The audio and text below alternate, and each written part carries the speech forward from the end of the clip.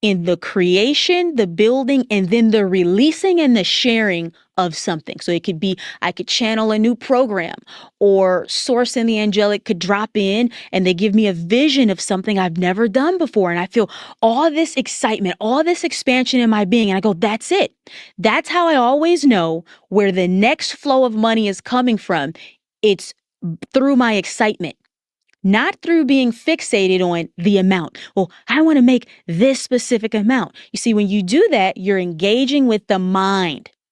Okay. And the mind can only base its opinions and thoughts on what you've already experienced. But your heart, your joy, your excitement, your spirit has access to dormant potentials, possibilities, potentialities you've never experienced. And that usually comes with more money. See, if I've never experienced it, I've never done it, or I haven't done it in this way.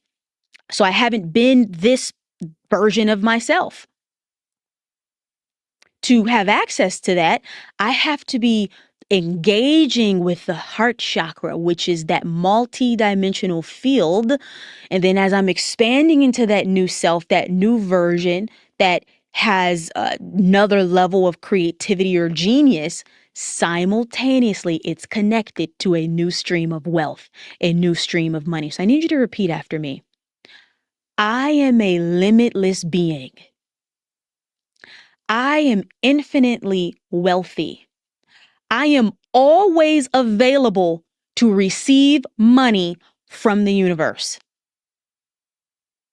I am in a constant state of prosperity. I am a divine co-creator with the energy and the spirit of money. We want to talk about the importance of New Earth leaders and builders being in agreement with wealth.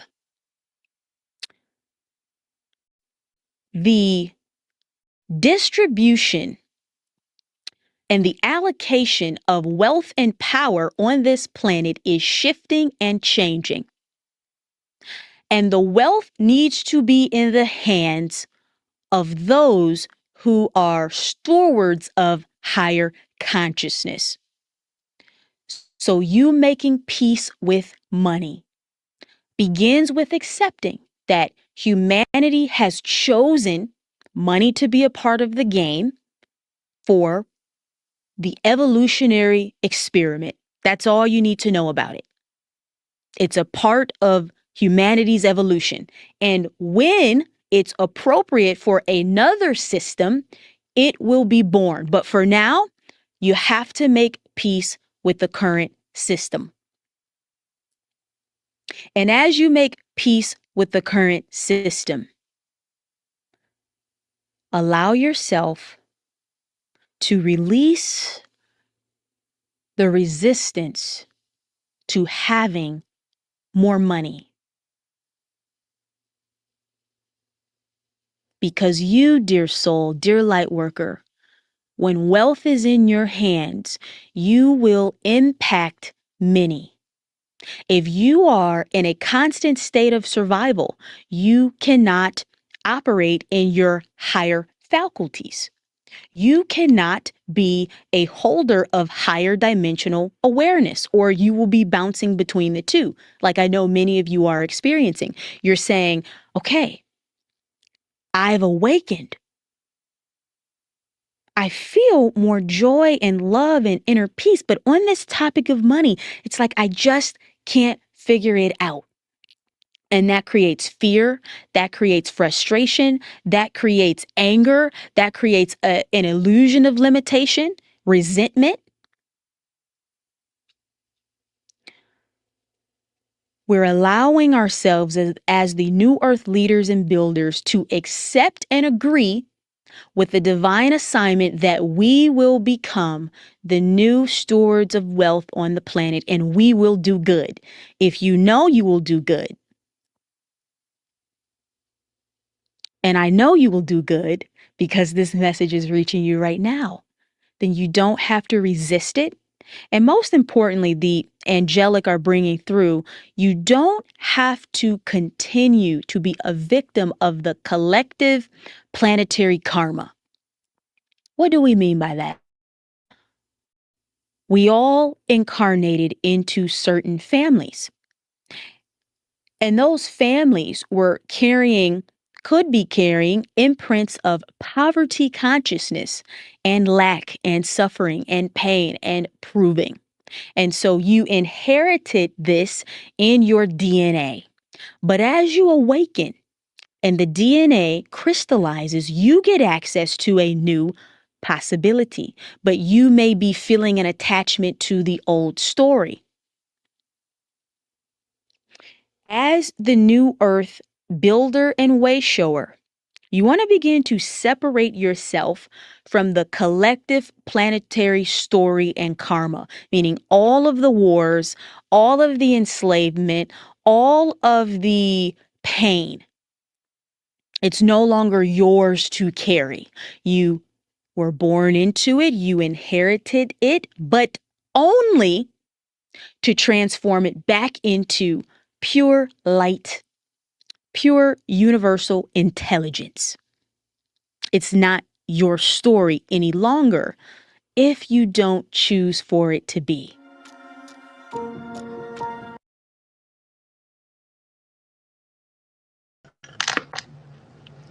Peace and blessings, everyone. Thank you for chiming in.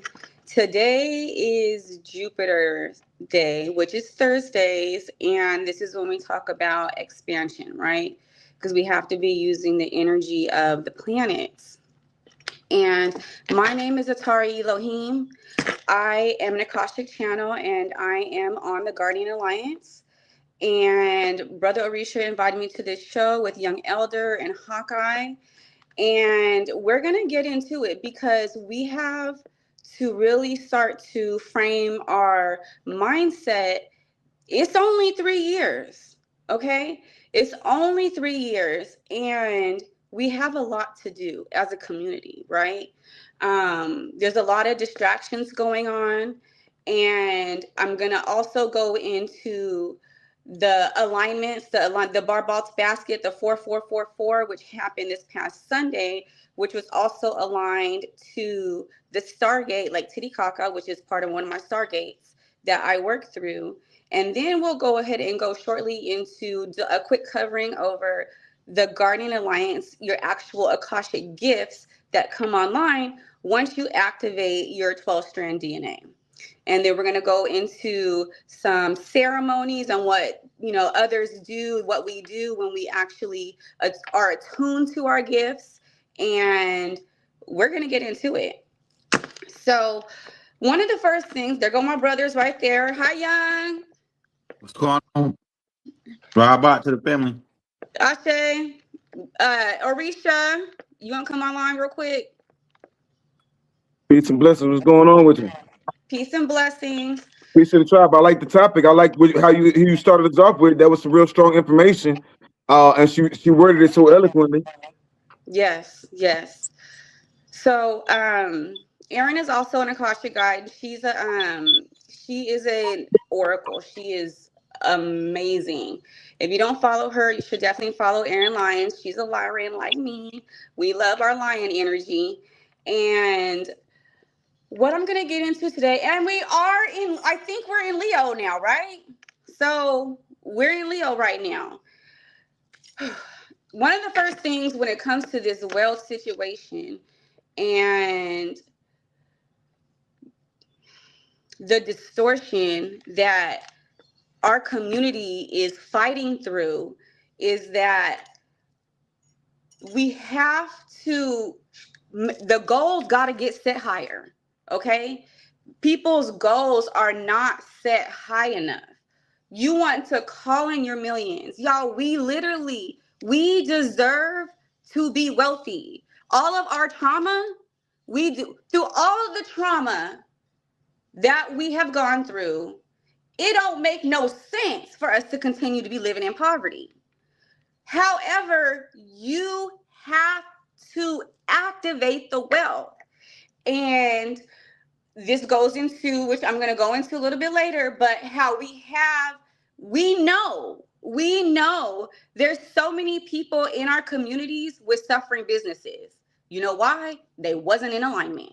You got to run your shit through source. And through that, you actually have to become anchored in your oversoul, right?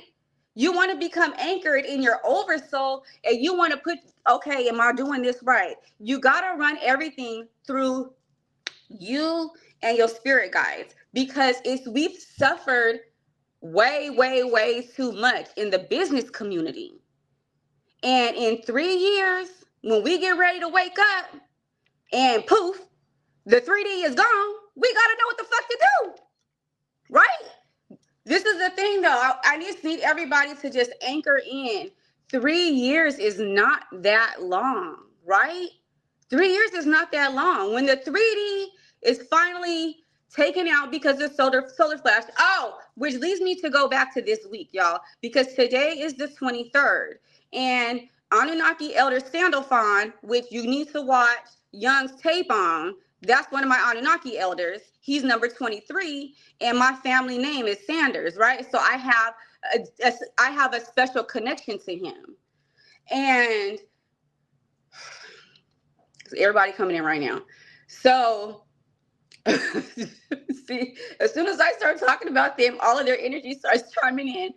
We need to cover the distortion, because our community is suffering because they cannot clear the distortion of being in poverty, right? We know that we deserve our wealth. We want the wealth, but you're not doing the training. You're not looking at building the systems. You got to look at this is what AI is for. Right now, this is what AI is for. AI is to help us work smarter, not harder. Run your business plan through the AI. You feel me? It's going to give you all the steps. But you need to actually be attuned to the higher frequency and have your 12 strands of DNA turned on, so you can bend your reality with ease and manifest with ease, because our community has suffered way too much when it comes to businesses. And in order for us to stand up entire communities in 3 years, motherfuckers' business skills got to be on deck, okay? We know there's so many low vibrational situations that happen with good people that you want to do business with that look like us, but they business skills, don't be up to par. So then you don't want to mess with them no more, because their business is messed up. But we need to anchor in the higher dimensional energy in the businesses, because we literally are starting from scratch. And one of the things that I want to go into is the illusion of you have all this time. You ain't got all this time. You need to anchor in and drop your oversoul energy into activate your 12-strand DNA before 2030. Because honestly, I believe that the solar flash is going to become 2030, because the 3D field is so distorted and we're so tired and mentally exhausted of dealing with the bullshit, right? So you don't have all this time. You need to activate your DNA. Number 2, we already know that 60% of the population is not going to ascend. So when we wake up after the solar flash, y'all, we're going to look around. It's going to be real empty, okay? It's going to be real empty. And we have to know what to do. We have to know what to do. And I'm going to tell you, as Queen Khalifa, I know exactly what I have to go do. California is going to be okay. I know who to go to turn my water back on, who works at the dams and knows how to control all the water movement. I got my plugs at the PG&E and the SMUD and all the electricity spots. California going to be okay. You feel me? I know what to do. Real quick. This is the energy that I need the women and the matriarch to anchor, because we are the resources. We're connected to the land. We're the people who, wherever you're located, the people who are supposed to help you turn those natural resources on, they need to be vibrating into your field. But you can't do that if you don't have your 12-strand DNA on, because you have to be fully in tune with Mother Nature. I say, real quick, I want you to break down these slides that you brought on so we understand what's going on. Can you Yes. break down the This slides? is going to go perfectly into your gifts, right? Because your gifts come on first, right? First, your gifts come on, right? You anchor the light, you get into your oversoul. I mean, and you have little breadcrumbs. You start to figure things out, and make sure that you guys, I'm trying to tell you, keep frequencies on you, keep the crystals on you, because as you're anchoring these gifts, you get tested.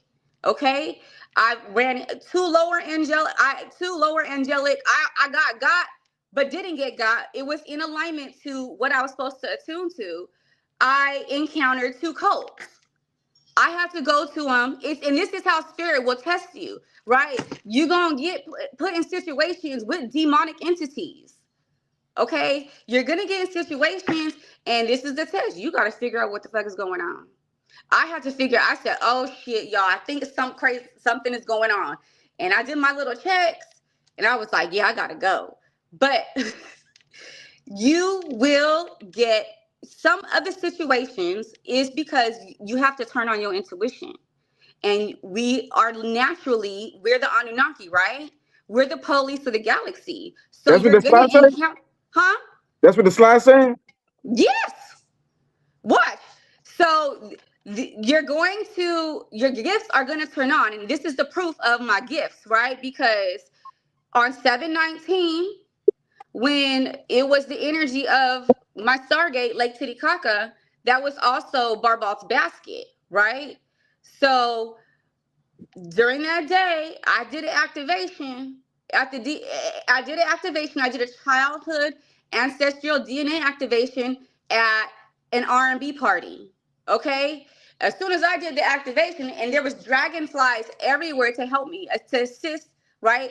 To help me assist to anchor in that energy, because no one else around me has my energy. So I'm doing a root chakra cleanse for the people that were around me, which is where this party is at, this picture. And then as soon as that happened, spirit was like, you have a sprite. And I don't know if you know what a sprite is. A sprite is basically lightning energy. And that's the little purple sprite that's up there. And I know that the color of my dragon is this. Allura is my dragon. So, and if the man's page has no purple sprites, he only has red sprites, but I follow them because my dragon is a lightning dragon. So, and I can manipulate the weather. So as soon as they told me you had a sprite, I seen the girl with purple hair. I go on Instagram, I'm scrolling, I said, boom, there go my dragon. And if you look at it, it looks just like dragon wings. Mm-hmm. It does. No, because we got a couple more guests, and Yeah. I like the point you were breaking about being the 444, and I really want to get into that. So I was trying to, or we going to come back to these slides because I want to bring everybody else in. So I'm not going to go into the DNA upgrades, but there's one thing that I do want to address if you go to the next slide. So a lot of you follow the Masonic tree of life, and this is something that has to be addressed, because this Masonic 10-strand tree of life that a lot of people are into, it's distorted because it's 12-strand DNA. And this is how the distortion came through, right? With the base 10. The base 10 is inaccurate. You have 12 strands of DNA that have to activate. And this covers, as you can see, the 10 doesn't cover all of the light fields. The 12 does, because the top part is the antiparticle, which turns on the cosmic DNA. You go to the next slide. And this is just an example of how your DNA, how it overlaps and creates mini Merkabas, right? You have the electric side, and then you got the magnetic side, and then it folds together and it creates a little Merkaba. Next slide. Sure. The Emerald Sun. Can you go back to the last one? The So emerald this is strand, 48 strand DNA matrix. you could have either 12 strands, 24 strands, 36 strands, and 48 strands is the most that you'll have while on Earth. That's when you get to your Ethereum energy, like how I have with my dragon. I see. Okay. Yeah. And so this is just part of, these are the gifts that turn on. So we have the quantum jumpers, which is, I don't know, sis, you want to play that short video?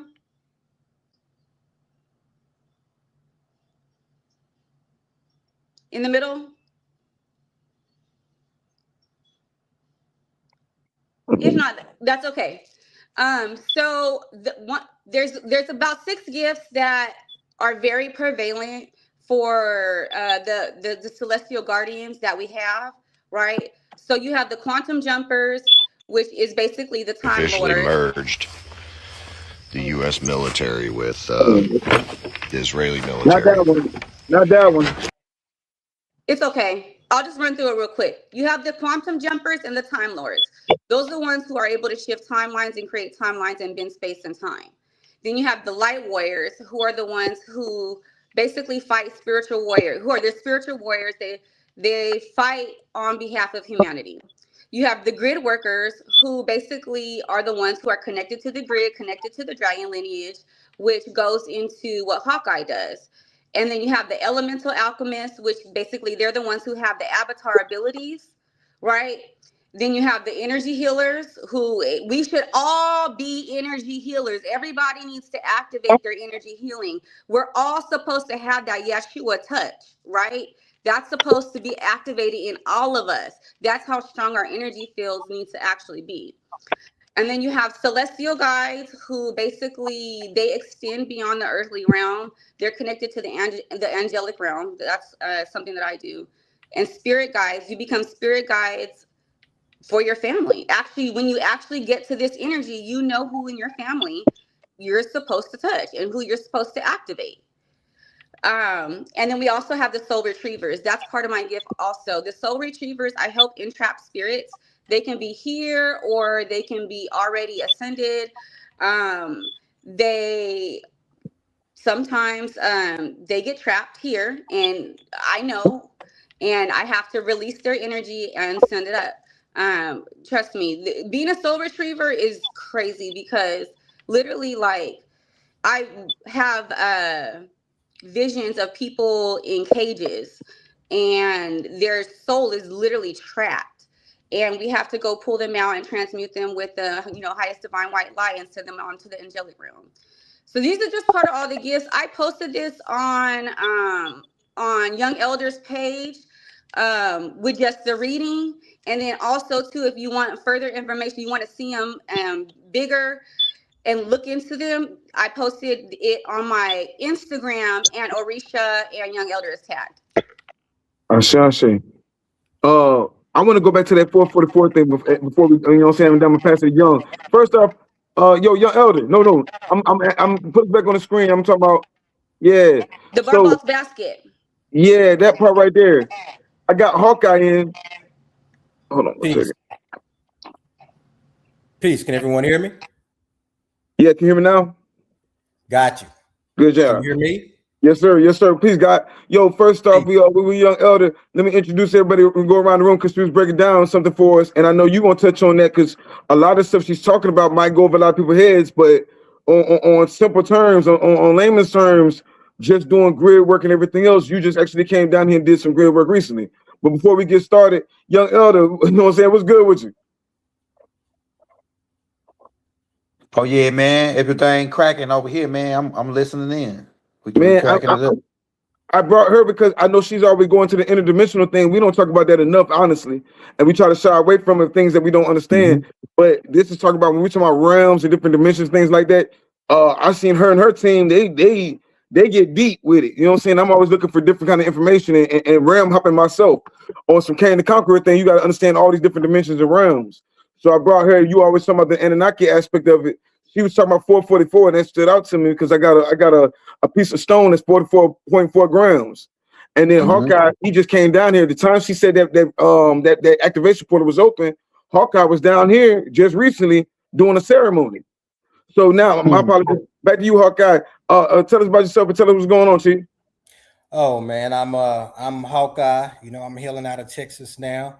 I think you know, some of the group may know a little bit about my background, but I'm just you know, happy that we could be on time with the ceremony and get down to your way, and was definitely happy that you could provide me with you know, all the information and the experience that I needed at this particular time.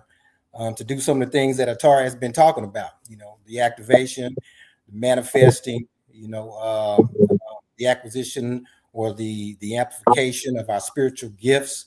So there's a lot coming through at this particular time in reference to the, you mentioned 444, but it's it's actually 4 planets. So it's 4444 times 4 planets and 4 degrees in their zodiac houses. So it is a very strong alignment time that we're just recently coming out of. But as you mentioned, when I was down there doing the ceremony with you, you know, that was the beginning of that time frame. So we're in a you know, a highly spiritual activation moment, you know, in portals. So it's a very, very, very important time. If you would just lead into, give me a description of the mounds that we were at, because of course that's your territory.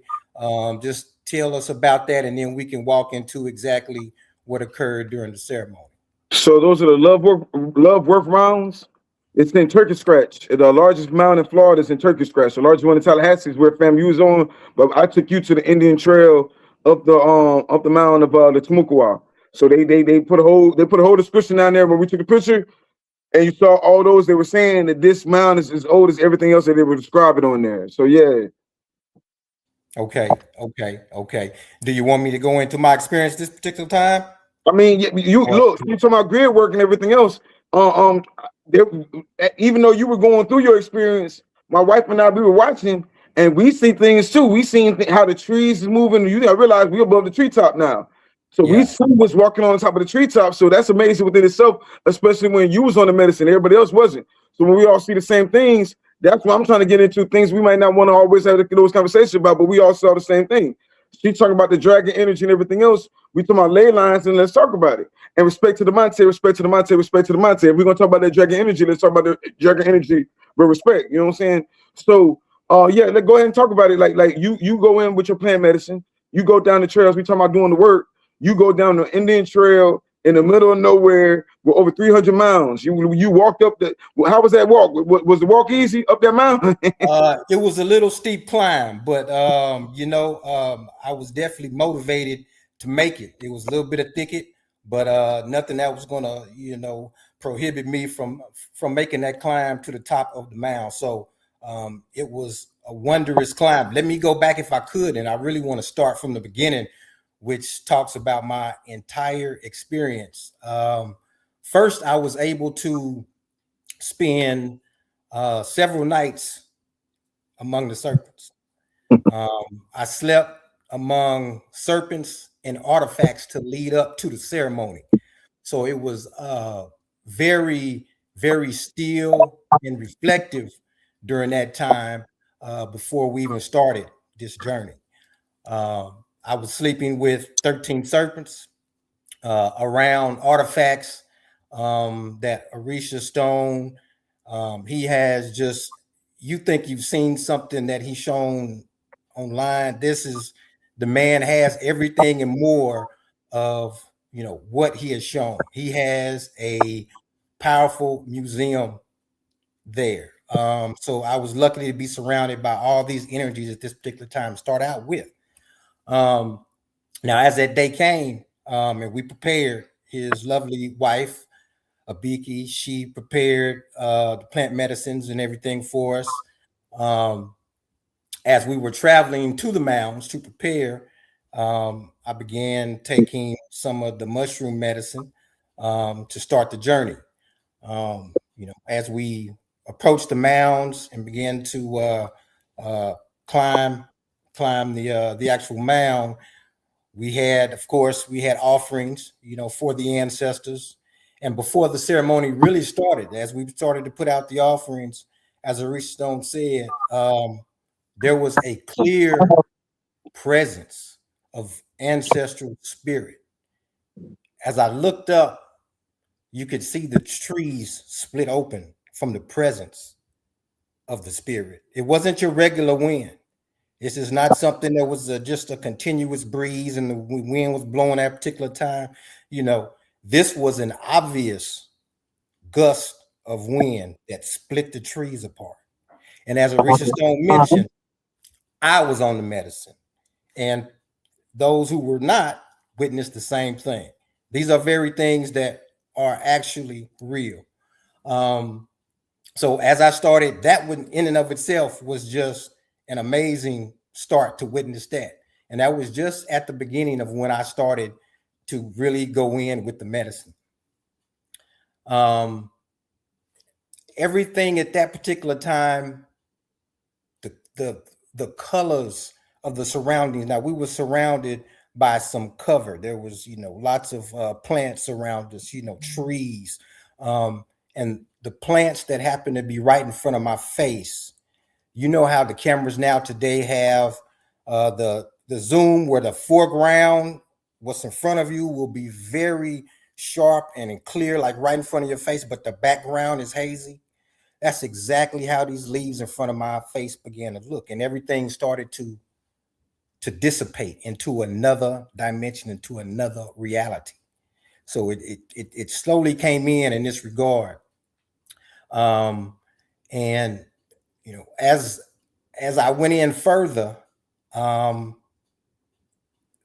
feeling of, how you have a natural feeling of when you have some medicine, and your body has a natural instinct to maybe fight that feeling of going totally under. At that particular time, when I had that instinct, I felt the power of the Great Mother. I see. Told me to sit down, and I had to submit, and I submitted. This is a. I'm sorry. I don't mean to cut your wisdom. Check the private message one real quick, and then keep going. Okay. Yeah, I have my screen on. No. You good. Just check the private message, and then and it's back at you, God. Okay. You see what I'm saying? Yeah, for sure. And where was I at? I'm sorry, I lost my train of thought. Great Mother, the Great Mother.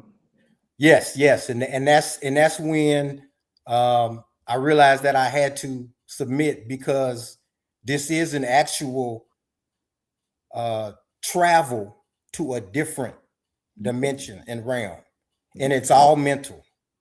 You can't hang on to your physical body at all. Oh man! And once I submit, I went totally into a different realm, totally into the realm. And the Great Mother was there. I felt the strength and the power of the Great Mother. Now, I don't want anyone. There was no. When I say strength and power, it's not a fearful type of strength and power. It's a more of a collective show of being a part of that strength and great power.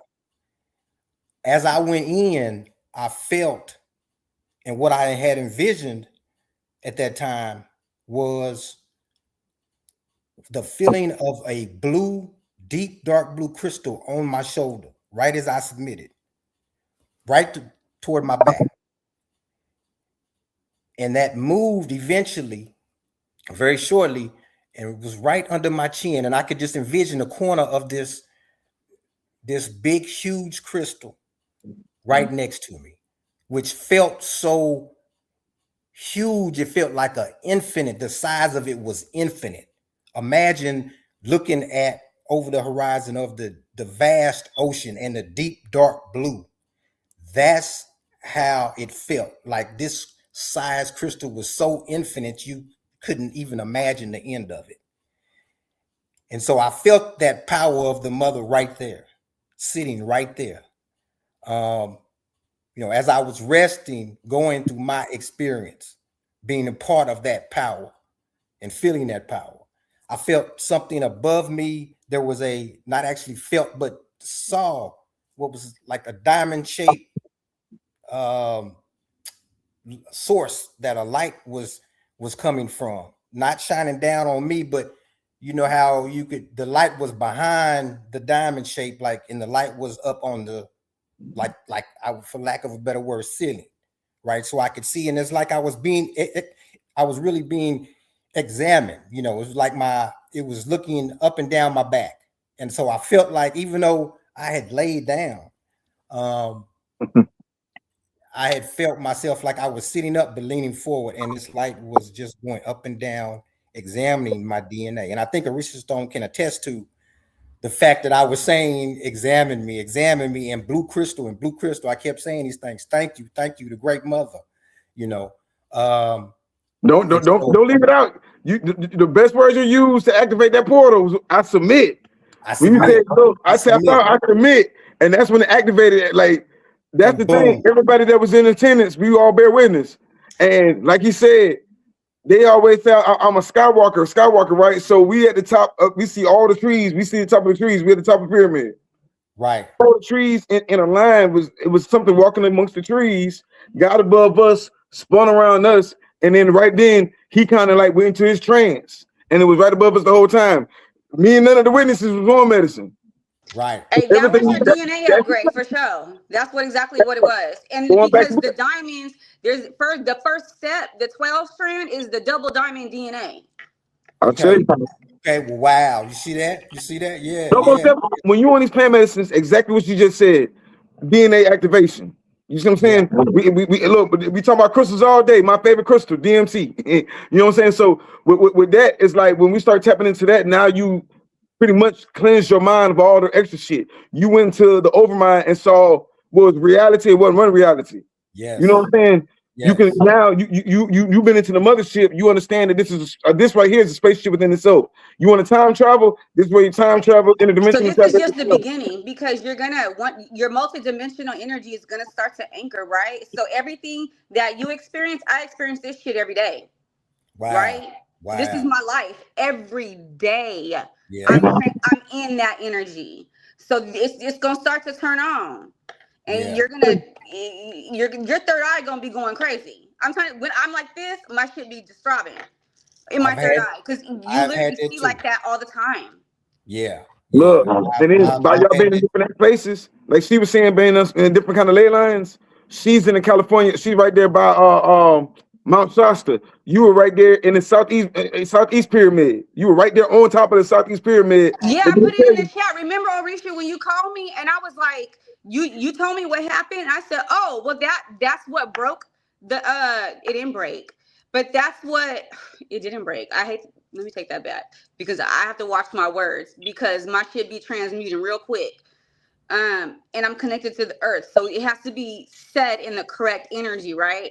So I talked to Orisha earlier that day, because that was before I was gonna go do my grid work, which is where I activated the 209, right? And I have an entanglement with Andre Barbault, who is the man. He was the years that he died in was 2 9s. Okay. Right. Okay.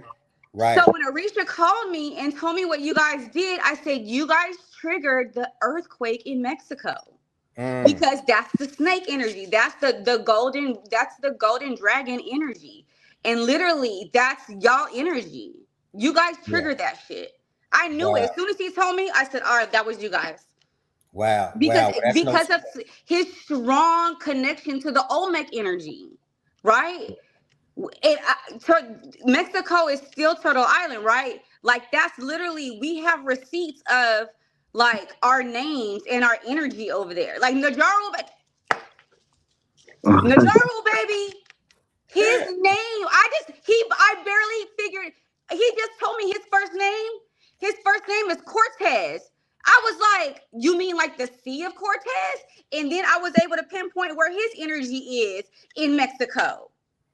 That was y'all energy who triggered the earthquake that day. Okay, well that makes sense. I know what it is.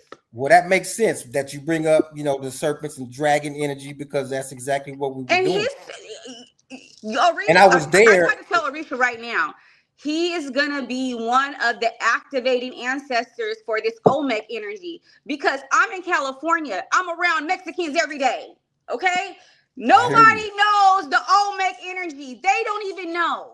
Well, yeah, he definitely. Now let me say this and get back to my story. He Y'all got definitely it. brought. Y'all did that shit. He definitely brought that energy through. Everything you just said about him, that is him. That is him. So we were definitely in that energy. So that totally makes sense. That totally makes sense. Now, I think where I left off was I was at the moment where the examination of the diamond shape and the light. And after that particular part, this is also, I have to finish this because this is also just one of the the best experiences. And if you have this all the time, every day, you know what I'm saying, I have to put in some work because yeah, this is the real. This is well, I'll say this: a woman on plant medicine is different from a man on plant medicine. A woman can stay on plant medicine all day and be in la la land, whatever, right? Yeah. But and after you finish your problem, pass it to Young, because Young can attest to Akhenaten. Akhenaten would always stay in that world, and he destroyed his own empire, because you got to be balanced. We got to be 5% spiritual and 4% physical. But go ahead though. Right. Well, after the examination from the diamond shape light with the backlight behind it, and I was coming back into the 3D.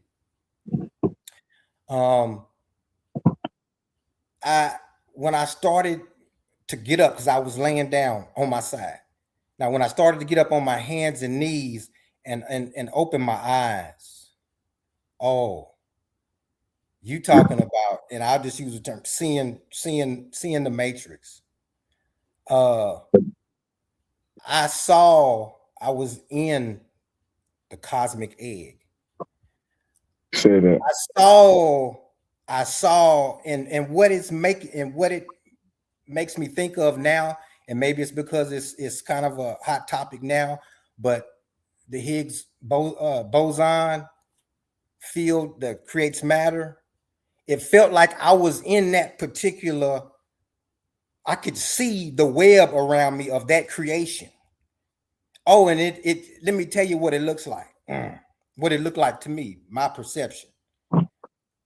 You know, imagine you being in like an oval shaped, you know, egg, and what you can see around you is like this web. The background of the web itself was like a brownish golden color. Okay, Bro, I and there gotta was tell you, I and there know were where you diamond were. shapes. There were diamond shaped or star You were shaped, in Mount Meru. like a four. I'm sorry. You were in Mount Meru. I got the receipts. I'll send it to you later. You were in Mount Meru. I know where you were. Okay, yes, do that. I know exactly where you were, I because it's a appreciate that. replicate of the Higgs boson field.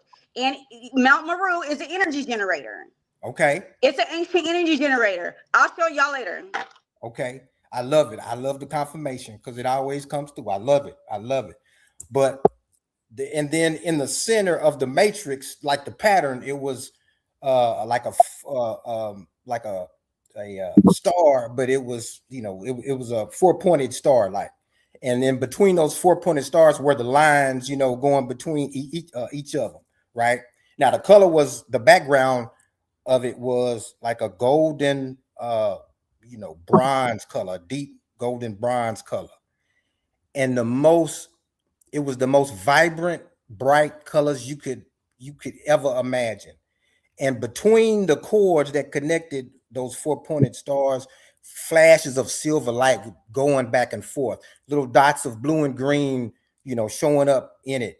And you could see the curvature of it around you like you were in the egg as I was waking up, you know, and I'm getting to my knees, and all of a sudden, you know, after I saw that egg, and then I looked up, things went back to that all green, hazy background, and I came back to the 3D, and Orishas Stone was there again. But he was totally gone during experience. I was in a totally different realm, and it was all mental. When they say the universe is all mental, it is all mental. You cannot mix the physical. You cannot go there in your physical, but I was there in the mental.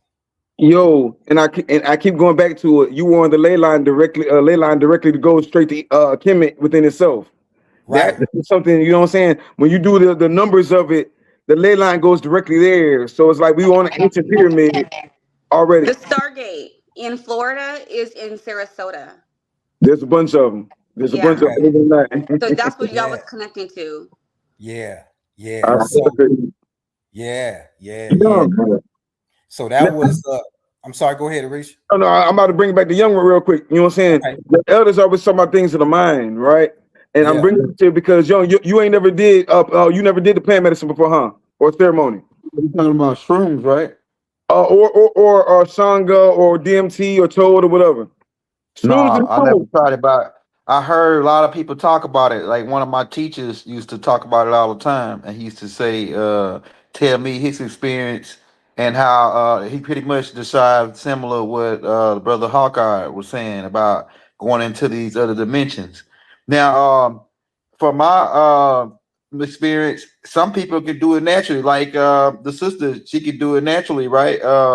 Absolutely. Going into those dimensions. But the plant, I'm glad that when he did that he had, because Risha is a plant. Like you gotta. Sometimes it's good to have a guide there when you first doing it, so you don't get, because you'll go out, nigga, and you might want to not come back. You know what I'm saying? Your body is just be right there, and you be gone, motherfuckers thinking you dead, and you really in a whole nother realm. You know what I'm saying? You a lot. Because we nearly never die, technically. We don't. Right. Death it's a lie. What they're telling us to scare us and keep us here. Right. But if you really knew what happens when you cross over, a lot of people wouldn't want to come back. Because it's like, oh shit, what's next? Like what else? Like, and then you can go. Yep. You want to come back. I know some people that didn't come back. They went and didn't want to come back. They said, oh yeah, well he stayed on that side. That's what happened. And on this side, it looked like you died or you passed away. But like I say, there's really no such thing as dying. You don't die. We don't die. We just pass to the next dimensions or the next realm. Yeah. So that's interesting. I said for a ceremony, everybody say they chiefs this and that, right? But the chiefs, they all dealt in this plant medicine. The high chiefs, all this, they dealt with that thought. When you talking about thought he's the originator of it. When you see him putting the in the mouth and Anubis putting the unk in the mouth of the pharaoh, the unk is a representative of the mushroom. Yeah, you know what I'm saying? That. So when he said he spent the night with 13 dragons, 13 serpents in the triple darkness, he did that. You know what I'm saying? And prepped him. We did the whole 9 to prep him for this mental transition. When you get in there, when you say the mind, the everything is mental, we say that and we let that shit go all the way over your head. That means everything go. That means, you know what I'm saying, there is no rules to this shit. Whatever your mind on, whatever you focused on, lock in. You know what I'm saying? You in a whole nother realm of things. Especially someone like yourself, like you just said, the way you described it, you were absolutely right. If you do breath work, like breathing the right way and stopping your breath a certain type of way, you most definitely can trigger DMT in your body. You most definitely can. But with the plants, you can just go there way stronger, way faster. It just triggers something into you where it purifies your mind from all the waste, the toxic waste, all the different things. If you've been programmed some kind of way, you might not even realize you've been programmed a certain type of way, right? You don't know why you've been programmed a certain type of way, but it might be something you were watching as a child that programmed you as a man that it set into you like a seed. Now you went into your mind, found that target, that parasite, snatch that parasite out and upgrade. This is just a vehicle, a car, to say, you know what I'm saying, for lack of better words. So you got the right to ask for upgrades. You know what I'm saying? Right. So hey, Goddess, sorry, I'm about to switch up because Goddess Mayat wants to speak a little bit on ceremony too. And if I can say something before she switches out, just real quick, I just want to confirm what they were saying too about that they had some experiences even without medicine. Now I've had some experiences without medicine too as well. But just like you just said, Orishas Stone, medicine can pop you in. For those who don't do it every day and it's that easy for them to tap in, that'll tap you in real quick. This took me a year and a half to anchor. Okay. For me to get my to the point where I can transfer and go into the ethers, and it took me a year and a half to anchor this level of light. So Yeah, this is not a game. It takes practice, it does take. grounding, eating right, restriction of energy, making sure everything you're putting into your energy is positive. Don't change you, but it took work. Okay, this shit takes work. But your spiritual and your mental and healing your brain is more important than a whole lot of shit. I say, yes, Yeah. ma'am. And one thing about it, like I say, when it comes to these women, they tap into this nature. You got to realize if you tap into the earth, she taps into her natural state. Her natural form is the earth. So when they tapping into it, like we got to look. I keep bringing it up. Y'all ain't watching House of the Dragon, but every time y'all watch House of the Dragon, every time one of them oracles say something, and they have a dream, or one of them oracles say something, it might sound batshit crazy. That little girl in the castle, I forget her name. She one of the queen of the greens, right? Every time she have a dream or some shit, that shit seems batshit crazy. Nobody listens, and every time they don't listen, they get a pat on their ass. You know what I'm saying? We got to start tapping into these dreams and these oracles. We keep talking about these same things. We got to start tapping into these dreams and these oracles. You know what I'm saying? So with that being said, we're gonna bring what we were talking about the Big Mama. Let's bring a Big Mama on real quick. Yes. Peace, goddess. Greetings. Hold on one second. Yes. Am I on mute? Can you hear me now? You good? You can hear me now. Okay. Yes, greetings. I've been rocking in my seat. I was like, ooh, every time somebody came up. So yes, give thanks. It's an honor to be here with everyone. Peace, Brother Hawkeye, peace, young elder, and of course, Orishas Stone. It's interesting when he was talking about those 13 serpents, those 13 snakes. Going back to the beginning when she was talking about the wealth, right? And you have 13 snakes, right? In the wave spell that you're in the wave spell of the serpent. And you got 13. And a wave spell is 13. And I was thinking about the topic and I said, wow, if I were to identify people who are, not to say everybody is tapped into this energy, just like Goddess Atari was talking about. I love her energy. I love everything she said. But tapping into that, right? If I were to say the archetypes who have that specialty, they're in that wave spell of the serpent, because there's 10 portals in that wave spell, and portals are amplifiers, right? And I think about how Orishas Stone rolls, right? He come in and he just be like boom, boom, boom, and changes things. Everything just changed in all of these different areas, right? I could, speak for what he has done for us in Melanated Immortals. But you have 13 serpents in that way, in the room that Brother Hawkeye was sleeping in, and it's like you have all 13 of the archetypes in your wave spell right there in your house. That's so dope. So dope. That serpent energy, and the serpent energy is life force. I see. And so that's what you that's what you practice, and it just happens. See, sometimes we may try to do things, but it's really what we do naturally. It's our organic, the way that we operate organically, that comes in.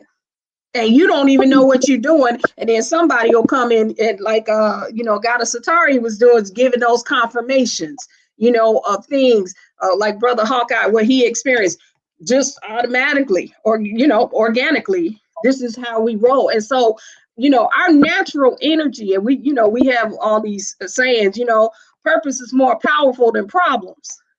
Right. And so when we surrender to, like you all were talking about earlier, when we surrender just completely to our destiny has already been designed. We don't have to keep trying to do stuff to get stuff.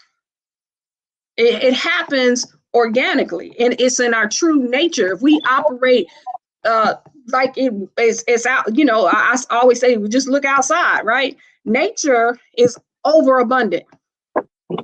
In the fall, it's a bunch of leaves that you don't never get cleaned up. In the spring, it's a bunch of seeds that are all over the place. You know, they're everywhere, you know.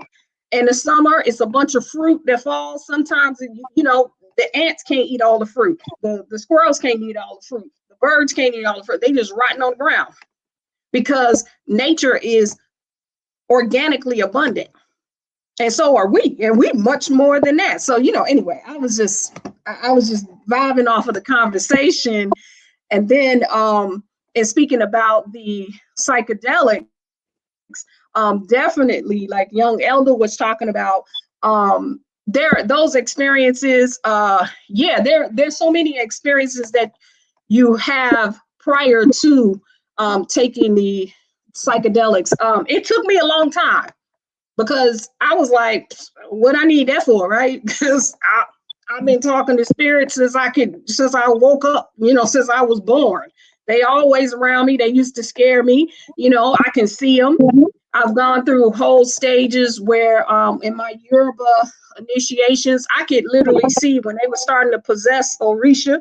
I could see the thing just come drop down in their crown chakra. I can see it when it leaves, you know, and then even in some you know, past life regressions and all of that stuff, been to, you know, multiple galaxies and all of this stuff. The reason I decided to do the plant medicine was to it took, I'm saying, for me, it removed a filter that I had. I was talking to Brother Hawkeye about this.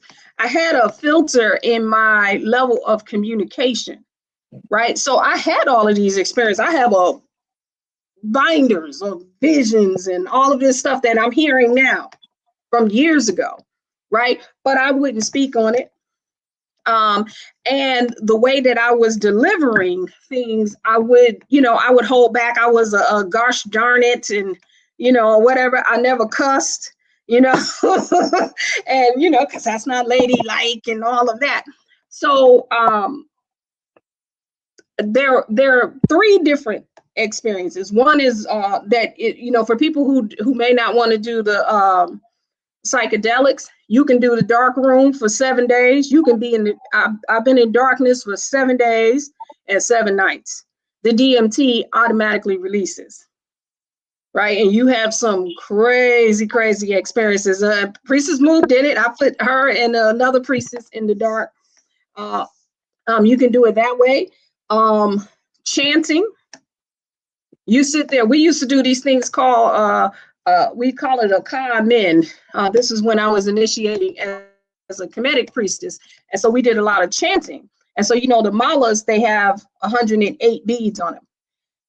Do that 10 times, chanting your name. Like if you have been given a spiritual name and you just start chanting your name and you do it 1,080 times, right? You're gonna be someplace else. There's no way you're gonna be able to chant that long and say those names. Or if you can say, like we used to do. I initiated in the temple of Amun-Ra, right? So what we used to do that 1,080 times. But let me tell you what was interesting, because you was talking about the mother energy. The priest that I initiated with, you know, he told us to do 1,080 to Amun-Ra.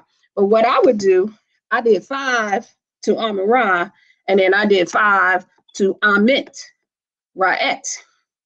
So I balanced it out. I did the male and the female. As soon as I started chanting to Amit Ra'et, boom, I was gone. I was on Ra's boat.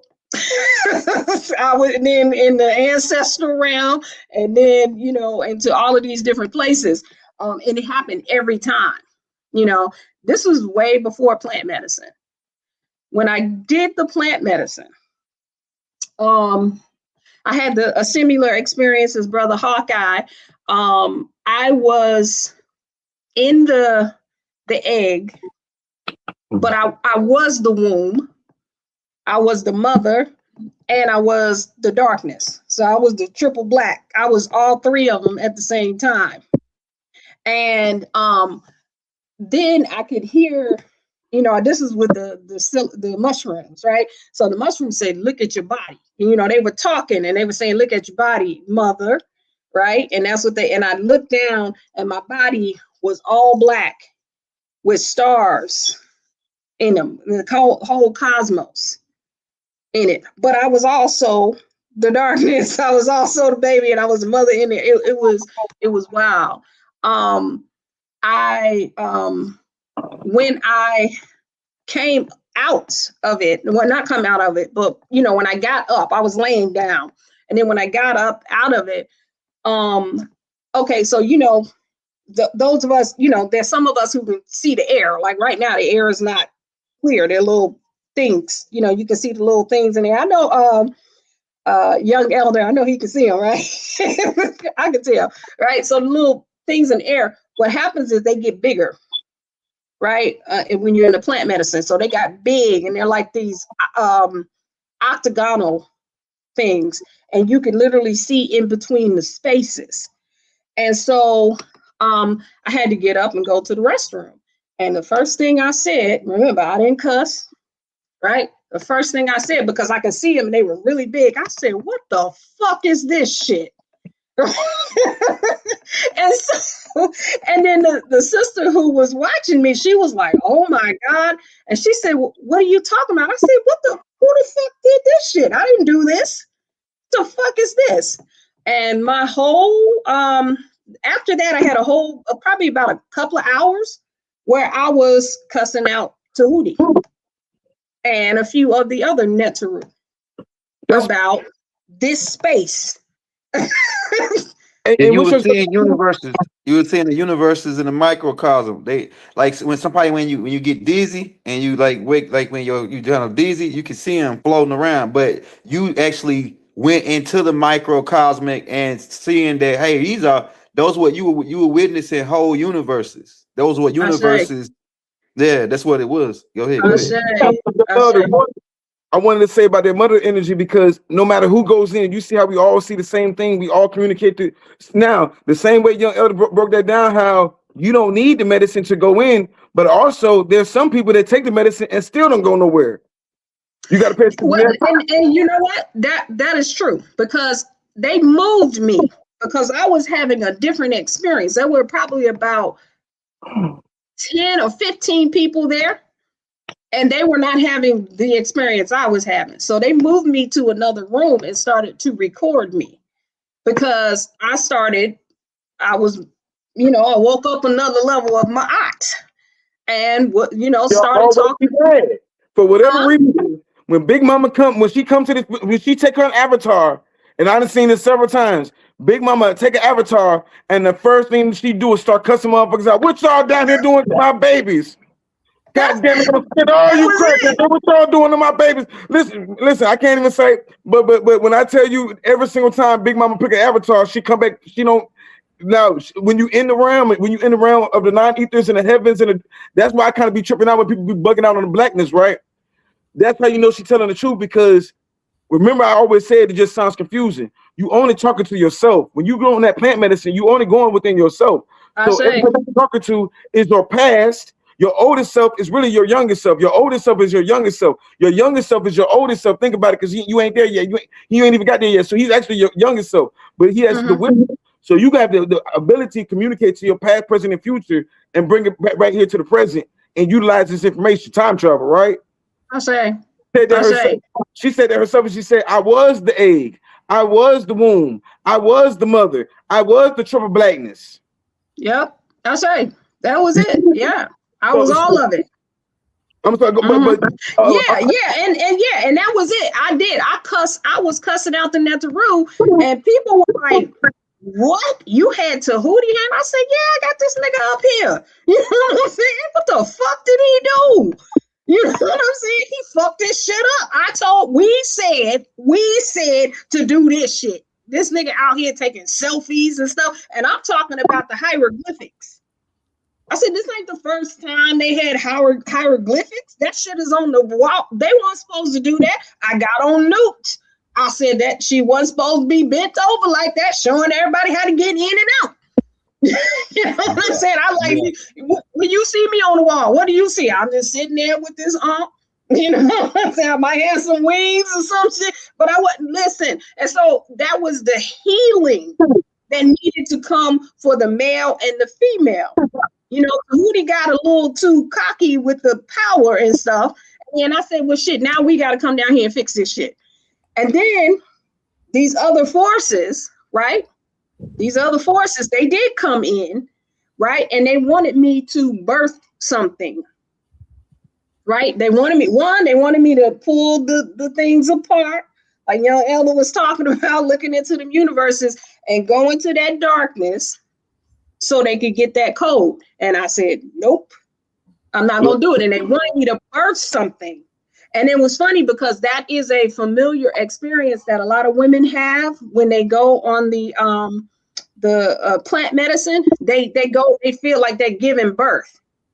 And when I looked at it, and I was there, I was like, nah, I'm not going to do not for y'all. No, I'm not. And it's like, what the hell is, who is she? Like, how is she resisting this? And I'm like, no, I'm not going to do it. They kept trying to tell me to do something. There were the time bandits. They were in there. I was like, Kronos was in there. I was cussing him out. You know what I'm saying? Like, nigga, you won't control time and shit. Not while I'm here. You know, it was crazy. Yo, I'll say this. Everything's vice versa in the spirit realm, right? And I'm not saying like you don't already go, but we got to get you to a ceremony because this is the only time I say Bobby Hemming gave me some bad information, right? Bobby Hemming said, you go in there. He said, you go in there and you cuss him out. He did not in turn tell us that he was talking to the women. Men go in there. I walked down the valley of vipers. I walked down the valley of vipers. Vipers on this side, vipers on this side. One big viper, pit vipers. You know, in Americans, our serpent isn't the python, it's actually the viper, right? Okay. The pit viper right there. So I go in there, I'm trying to command some shit. Oh man, listen, this how we gonna do it. They were like, look around. You blessed to be alive right now. You know what I'm saying? And I just bowed down. I'm like, right. You know what? I was tripping. My apologies. And they were like, they don't talk. One thing about Tahuti, when you go in, but for us, Tahuti never talked, but I understood everything he was saying. Right? Yeah. So he said you want it. He pulled back the universe like a page of a book. He pulled back. Did you hear me? He pulled back the universe, page of a book, and it was all blackness. And in the blackness, it was dark matter. And in dark matter was everything. You could see all the little things like his TV screens are moving around, and it was like that's everything. It's a program. That's when you know that's when you know we're in the matrix. It's a program. Like it's a program, and the program goes way further back than with anything we can really just articulate with words. You know what I'm saying? But once you go into that overmind of yourself, young elder boy, you're gonna be cold. You're gonna come back. You're gonna do about 10 videos an hour. Hey, something else about that is it's also like it's a part of the dream state realm, right? But it's like it's also play a part into whatever you thinking before you go into the realm. Like say if you was watching something on TV or whatever happened to you that day or the past week, all that can be crammed into when you go on the psychedelics. This way, based on what I studied on. Yeah. That's why. Let me tell you how I prepared. I'm gonna tell you how I prepared for it. Yep. Yeah. So I was very resistant to doing it because to this day I've never even smoked weed. Right. I know that sounds funny, right? Never. Right. And again, remember I told you I wasn't, I didn't really partake in anything. And the sister who told me I did it with Baba Kalindi. Hold on, you Dr. Kalindi? Oh yeah. Yeah, she was in Detroit, right? Oh, somebody's wife. No, I'm saying I did it with him. Yeah, I did it with Baba Kalindi. Yeah. You know that? So, huh? Yeah, you know something about? Nah. You know Baba Kalindi EE? He was the head of the Black psychedelic organization in Detroit. They have a huge organization up there. Okay, he's passed on now, but he's very well known. He has a lot of videos on it, and it was really the videos that she showed me that he did, where he talked about like what Orishas Stone was talking about in the Kemetic system, you can see they got the mushrooms right there, right next to, they're right there in the hieroglyphics. I had never seen them before, or never really paid attention, and so he went through the whole thing of, where they come from and what they do. They don't change you. They do not give you superpowers or nothing like that. They just expand. It's just a quickening. It's faster, right? So what I did is, what I teach is never to just like, so if you have a date set out, if you know you're going to do it in 2 months, you don't wait for them 2 months to say, oh, well, I'm going to get on this plant medicine in 2 months and it's going to change everything. No, you decide right when you say you're going to do it, what the effect that you want. What I wanted when I went in was to really understand divine will. And so between the time, I think it might have been 6 weeks between the time I decided I was going to do it and when I did it, that I was going to really understand divine will. And so that's what I focused on. Some people call it meditation or whatever, that whole 6 weeks. So when I got there, I didn't make a decision that day, right? I made it 6 weeks prior. And so I said, I'm in here to really learn about divine will and what that really means for me and my purpose. And so once I took it in, I think maybe that's why I had a different experience than most of the other people that were, all of them really, that I was in, because I set a tone prior to going, because I don't, I'm one of those people, I can do it myself. I got everything in me and I'm gonna do it, and so she really convinced me, but it did set me free. It removed a filter that I had. There's no way I would ever get on a YouTube show and start cussing like I was cussing. You know what I'm saying? Never, not before that. No way. It wouldn't have come out my mouth. And then it also just opened up, even to the point where after, the day after, I was talking to one of my friends, because everybody was calling me, because they was like, yo, my aunt is riding her, right? And so people would say that. And, somebody called me and they was like, Hotep Netter, I see you still riding the vessel. I said, nigga, I am the vessel. What the fuck is you talking about? Like, you know what I'm saying? Like, stop saying that. I am me. You know what I'm saying? You don't tell me I'm something riding me. I did all of that when I did my Yoruba, and I used to, possess Orisha. I've done that. But they come and they go. And I wanted something that stayed. Why I possess my own self, right? I get hyped up. I possess myself. Why I need to call somebody else when I can just be me? You know what I'm saying? And so, it locked that in. Like it kind of locks in where like you said, where your consciousness already is. It gives you a quickening. And then it locks in that space and you do not move from it. This was 7 years ago. I haven't moved from it, right? And the only other thing that I've done after that is I did do the same thing Brother Hawkeye did, the Bufo. Well, I did ayahuasca. I didn't like that as much, but I also did the Bufo. And the Bufo was interesting because basically I was just having a conversation. Uh-oh, look at you. Right. I was just having a celestial conversation. But what happened in the room, right? Because we were out at this farm and there was another sister who wanted to do it. It was her first time, but she said, all right, high priestess, you go first, whatever. So I said, all right, whatever. And so as soon as I don't know how to smoke, right? So I took, I said, and then he was like swallowing it. I was like, swallow it? Like, what that mean? And so anyway, I finally figured out how to swallow it. And then I went back and I saw the white and the gold. When I heard Brother Hawkeye talk about that, I said, wait a minute, because I hear a sound that was like these bells or chimes. and then everything went white and gold, and I fell back. And then I started just having a celestial conversation. I'll say that. What happened for the other people in the room, though? It was sunny outside. There was no clouds. It thundered. It got dark. It started raining. The lights started flickering the whole time I was under. And then when I came back up, it was back, it was back like it was. And so, let me ask you a question. Let me ask you a question. I want to go back to that because that's what the point I want to interject on. When you say it don't give you powers, but then you just said it did, right?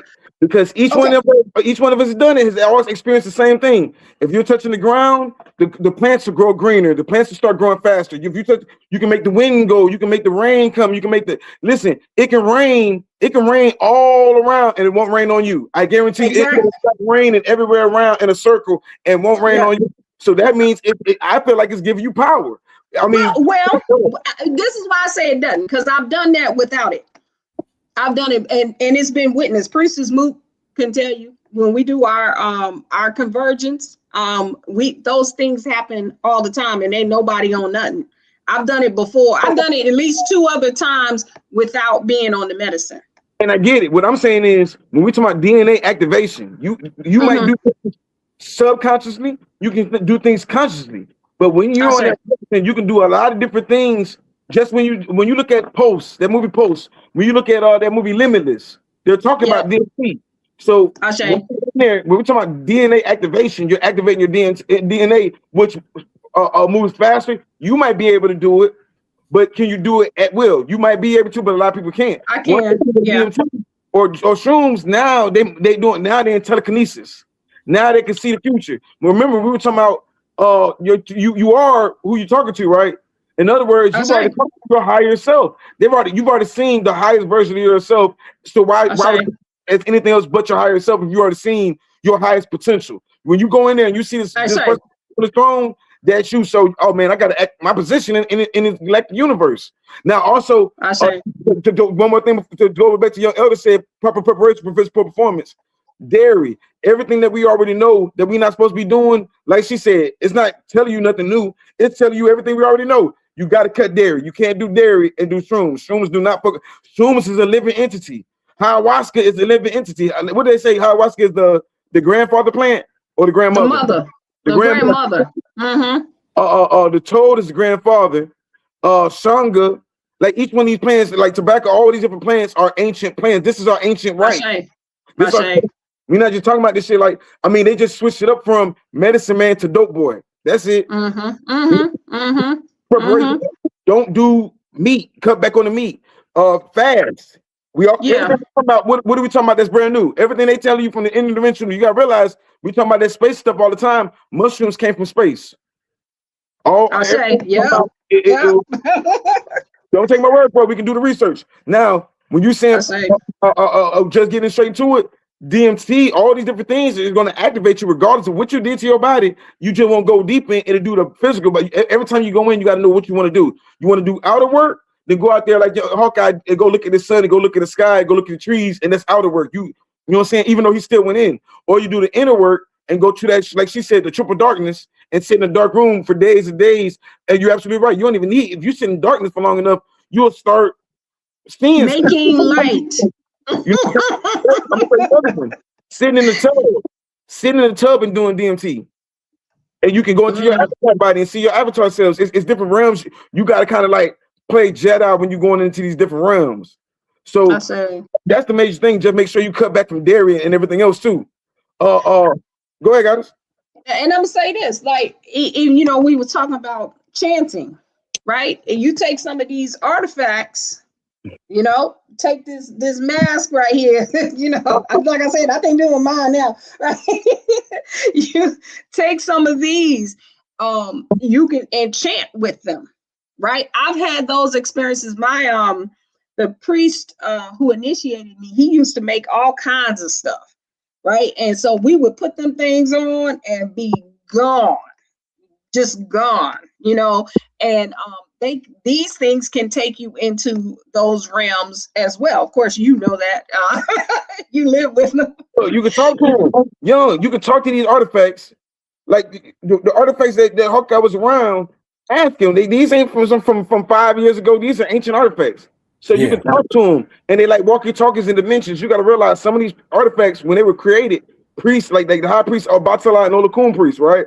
Once they create an artifact, the Oba would kill them and put their blood into the artifact so they wouldn't create it for nobody else. That's how powerful the artifacts was. Its technology was. You know what I'm saying? So you can talk to the artifacts, and that's what we like. Oh, we actually the ancient samurai, but we don't do no talking, so don't nobody know that about us. They don't talk. They didn't write nothing down. They just handle business. That's why you got the Great Wall of Benin. Is where they got the. That's why where they got the Great Wall of China from. That's why you look at the samurai and they give you that bullshit story talking about the samurai was a slave. No, the samurais are actually they from the Asian area, but they were refugees, came down there and they called themselves Yoruba and things of that nature in ancient Dahomey and Benin. You see what I'm saying? So they'll give you the whole rundown. You'll look this up, and the information to be valid and fuck. They gave you information. When I be hearing people, some people be thinking that should be sounding crazy, but when they saying you download the information at a rapid speed, yeah, I fuck with the medicine. I most definitely mess with the medicine. Right. You got anything before? Because I want to rotate. I do want to get Atari to cross off. I appreciate Hawkeye finish his experience. I think he got cut off on dropping the whole experience. I think he left off with the diamond coming down, and then I don't remember what he said after that. Okay. I wanted to hear a little bit more on his experience, man, because that because I definitely need to do it at least once so I can, because my teacher, like I say, Mark Brady, he used to always talk about it and tell me, man, you gotta go on this, because once you experience that journey, it's like it's like put you to a whole. When you come back to this side, you look at life different than you look at it once you did it. You know what I'm saying? It ain't life's not the same. No, never gonna be the same no more. You're gonna look at everything as a living organism or a part of this reality. Like everything is connected. That's how he was explaining to me. Yeah. Go ahead, Hawkeye. Yeah, Elder. I just want to say, so have you ever had any type of these experiences ever?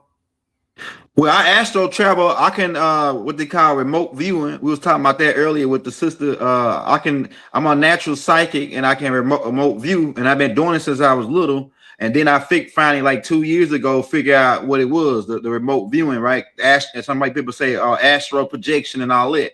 So it's similar, but it's way more stronger when you take the plant medicine.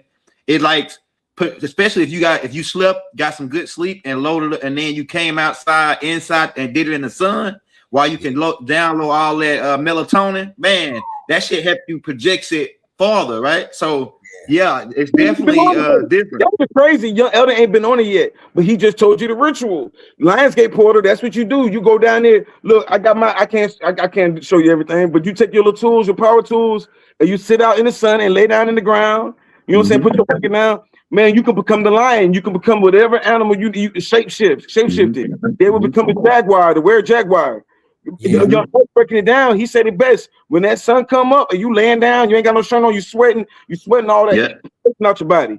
You sweating all the parasites out your body. They cleanse your parasites out. He's talking about remote viewing, and I be hearing you when you be saying it. I just don't be speaking on it. We can talk about telekinesis and remote viewing. And we can take it to the next level. It's just I don't want to sound crazy, and I ain't trying to get no red flags. But that remote viewing, you most definitely can do remote viewing on this shit.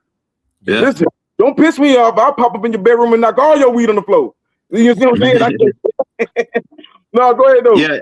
Yeah. But Elder, I was gonna say that if you all the things, because you've given us so much information. We all study.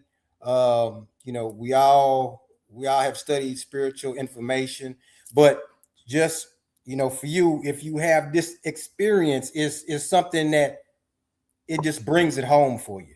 It's just validation of things that you already know. That's all it is. It's just like a hammer, a sledgehammer on you. Bam, you was correct. You know what I mean? Everything that you ever thought about, studied, people talked about, yes, it's reality. So I would say, do it in a place where you feel comfortable, where you feel at home. I felt at home with Orishas Stone. You know, I even told him after the experience, this was a question that I asked myself going in, because this was the first time, you know, me and him face to face, one-on-one, and you know, really going in. And as I was going in, still before I got to that submit point, I was still in my body a little bit, and something hit me, and I had a thought: do I trust Orishas Stone? And as soon as I had that thought, I had my answer, yes. And that's when I fully went in. So I suggest being around somewhere where you're comfortable so you can relax.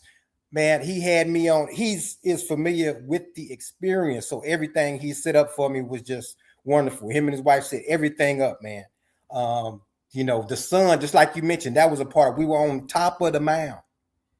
And the sun rays coming through, brother. It was the most beautiful golden rays you would ever see. You know what I mean? So I definitely say, man, it is something that is just gonna just further everything that you've already studied and everything that you already know, but it's just another level. It's just another level. You know what I'm saying? Just like you say, you know, it's on, you know, you already bust head, but this is gonna twist caps. You know what I mean? It's just another level on, you know. So yeah, told me my master Mark Brady, he used to say that, man, there's more colors. Like we only see a certain amount of colors on this side, right? But when you go to that side, you experience it's like I think it's 144,000 colors, but we only can see like a certain amount on this side. But once you go to that side, the colors are piercing. You can see new colors. You go past the ultraviolet block. See, like we only got the ultraviolet is far that we can see, but once you go on the trip, right? Once you take that trip on the plant medicine, all the other colors start to come out. Colors you never, where does color come from? I never even seen that blue or that green. It's a different type of green. It's a different type of blue on that side. Yeah. The conversation ain't gonna be in English. It ain't gonna be in Spanish. It ain't gonna be in Vietnamese. The conversation gonna be in tones and colors. And let me say this, Elder. I think it was Atari who said this. You know, the words, and I said this to Goddess before, you know, when we had our conversation. The words, before I even started telling her the story, I said the words that I use is not going to be able to describe the experience. I'm doing the best I can to describe it, but you're so right. The level of color that you see is the realism. I mean, it's just something. Imagine going from something like you know, we talk about computer graphics and video games. Imagine going from something like, I don't know if y'all remember, probably telling my age, but like Nintendo 64 or something. Okay, that's the 3D. That's the 3D, right? Well, what you're gonna see is PS5. You know what I mean? It's that type of jump. It's that type of jump where you can. It's just so vibrant, man. It's just unreal of the depth and the life of the color. It is so deep on every level. You will never see such vibrant, high energy color. You know, you can see sound. You can see sound. Yeah, you see it. Everything is just on a conscious mental level. It's just totally, and words again are not doing it justice. I'm just trying to give you the spirit and emotion to come through so you can understand. That's the best that I could do, better than words. But it is unreal. It is unreal, Elder. Yeah. The frequency, see, like the whole universe is based on frequency. Like everything is a frequency, even like this chair, everything's a frequency. So once you go to that realm, you begin to see the frequencies that's because we are projection. We are being projected here. Like if you go study, it's the Pleiades galaxy, and what they call the photon belt.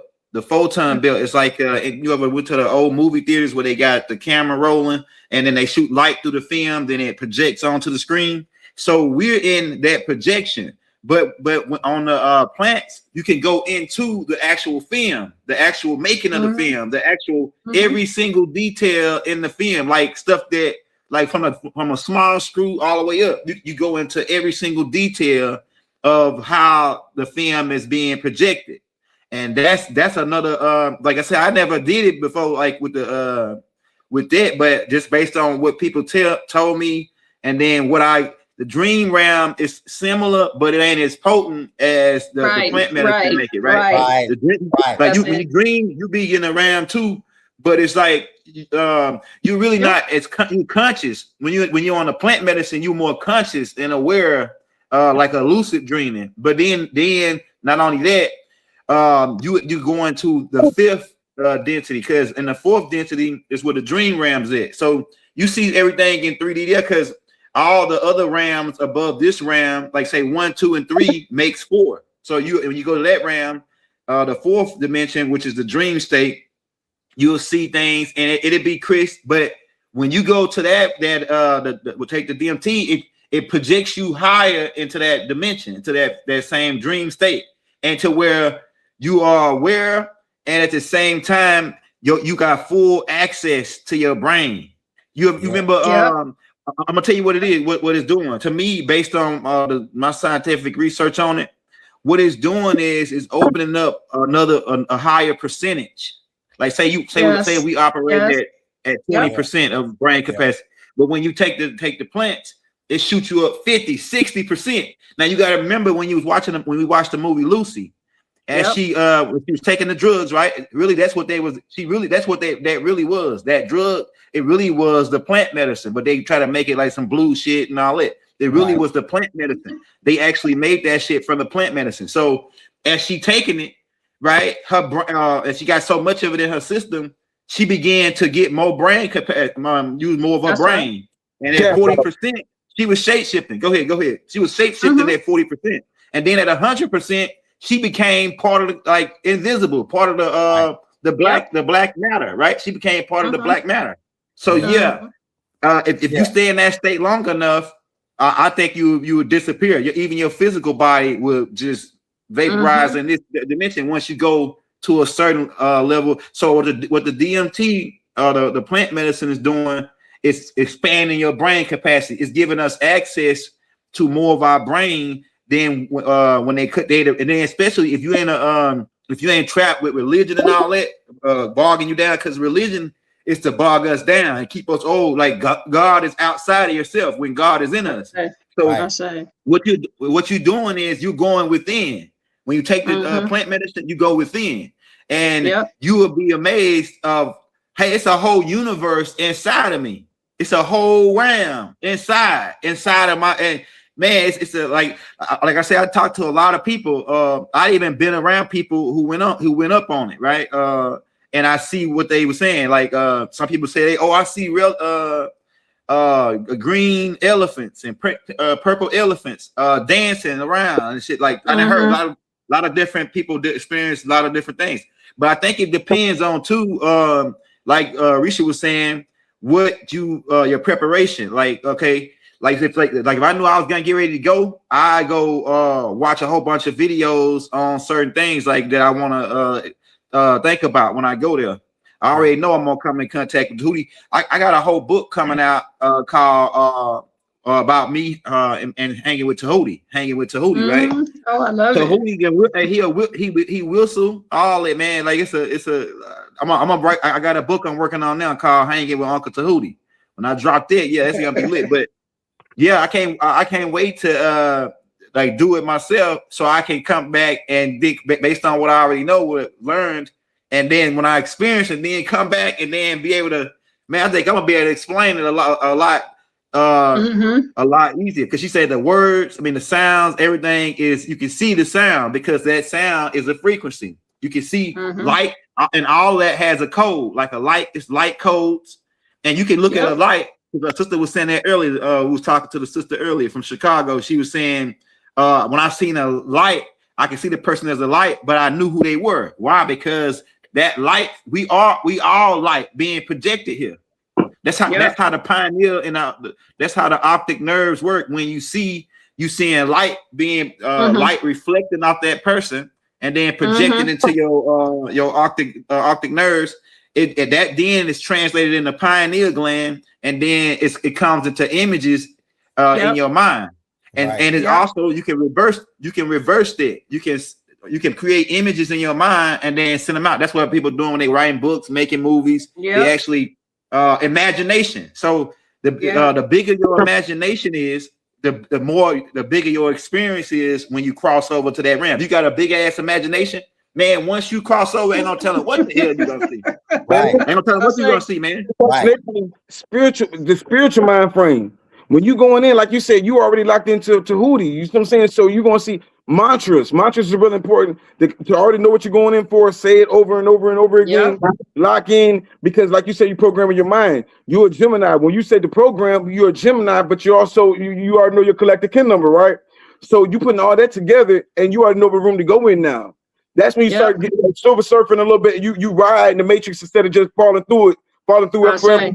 You can go to different rooms and be like, I need this. Now you like, all right, so you remember the engineer in the Matrix, the one, the operator, and he's the one doing all that. That's what you're gonna be doing. The operator was the coldest motherfucker in the game.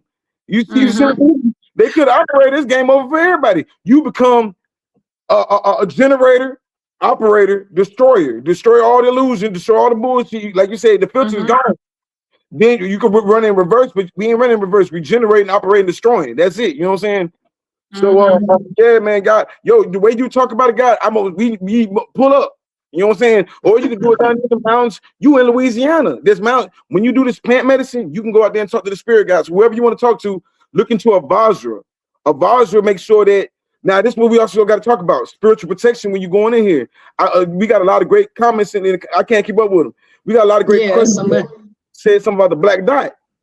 So you got to protect your Ori and your pineal gland and everything else, because once you start getting into the spirit realm and you start seeing other things, they start seeing you too. So you really got to stay tuned to what makes sense of the frequency. Going back to what we were talking about, Akhenaten, you know about Akhenaten, don't you, young elder? Nah, I don't know.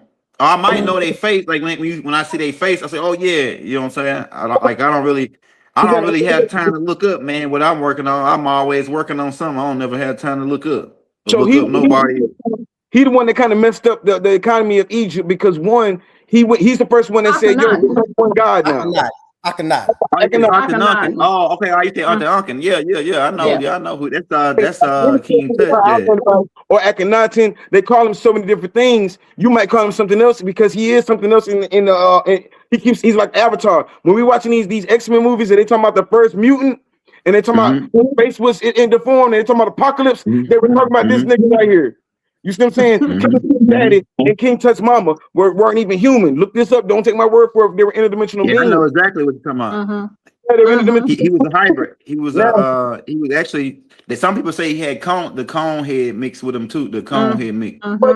They said a cone head because they trying to put him in our bodies, but look at, he wasn't from our body. Look now, don't take my word for it. Look at their stone game. The stone game. They're into Libyan desert glass, and before they knew how to melt iron, he had a iron tektite.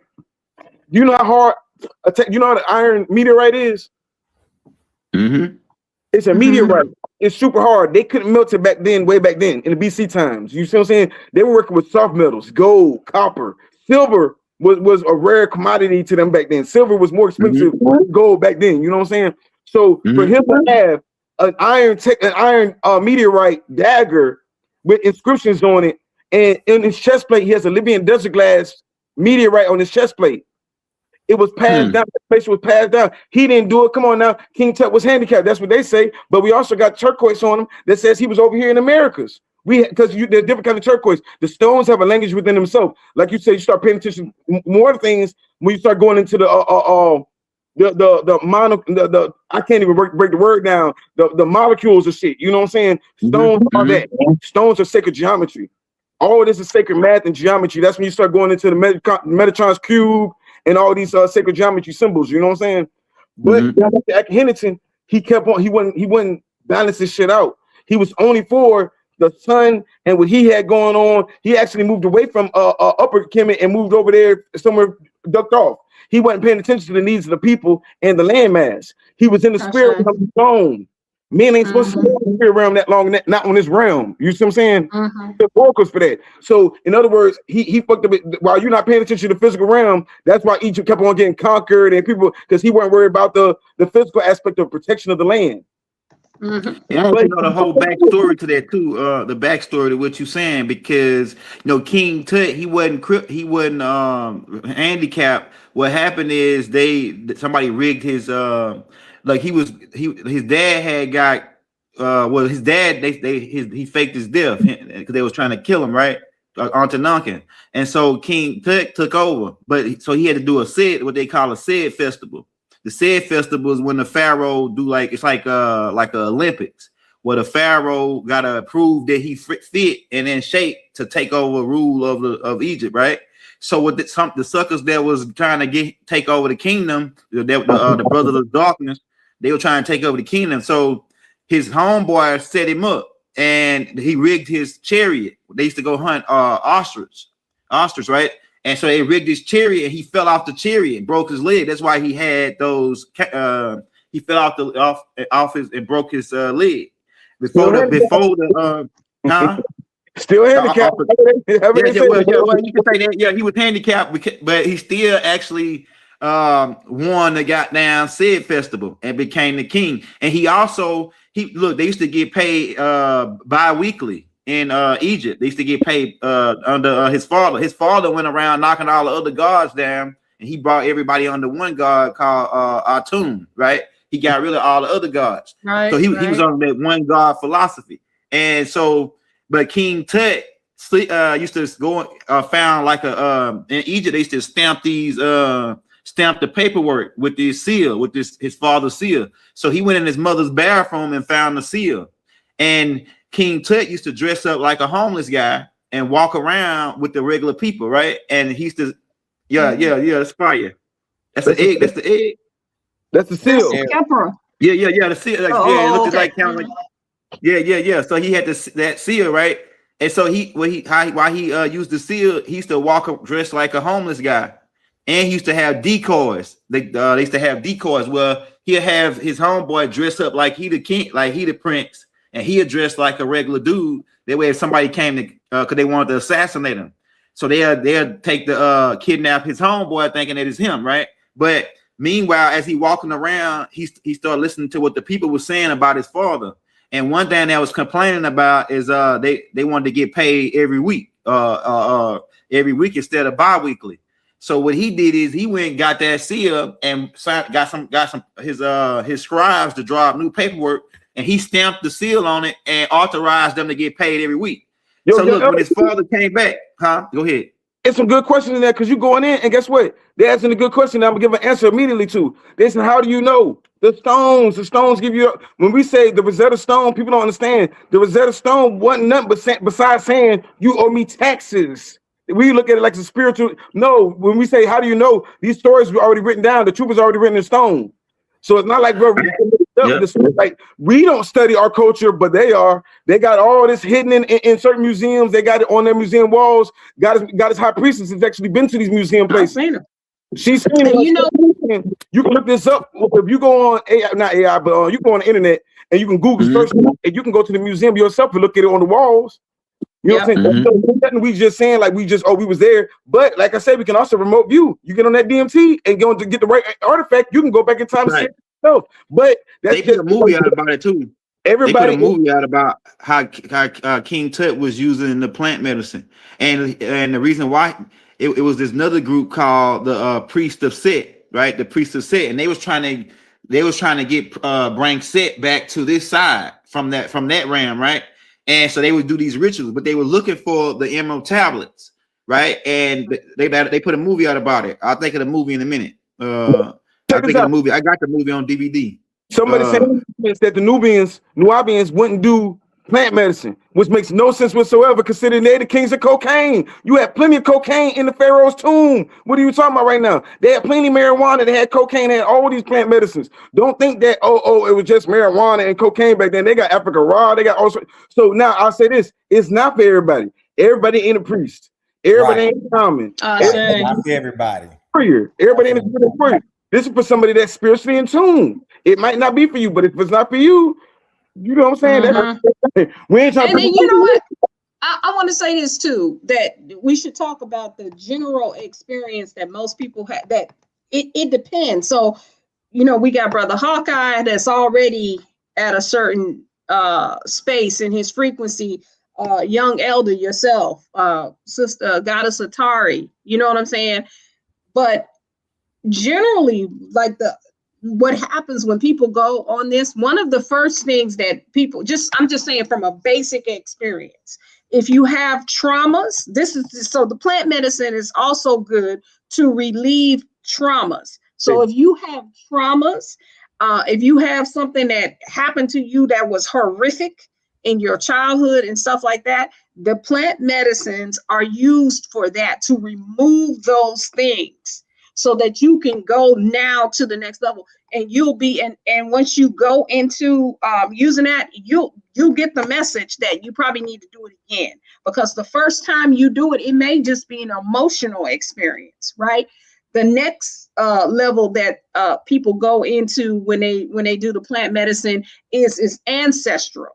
So you may go in there and see all of your ancestors from, you know, way back when, from, you know, starting with your nana and, you know, whatever, and then you'll probably see them. And then sometimes it just depends. It just depends on where you enter in, right? But those are some of the general experiences. This is why they tell you a lot of times not to even tell people what you experience. Because sometimes people, you know, they might say, oh, I want to go in there and I want to, you know, see sound or whatever. So what if you don't see sound? Then you think that you're not having the proper experience.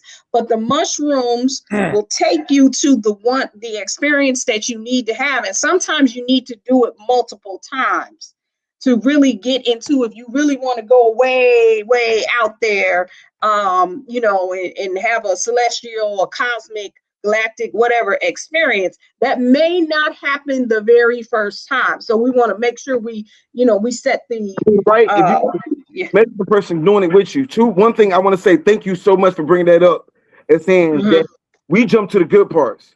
When you're absolutely right. If you that go through a lot of trauma, if you somebody that went, I'm talking about trauma is bad experiences with the police, bad experience with the law system, bad experience with your mama, bad experience with your father. I loosely touched on it when I said there's something in the back of your mind that you don't realize that programmed you.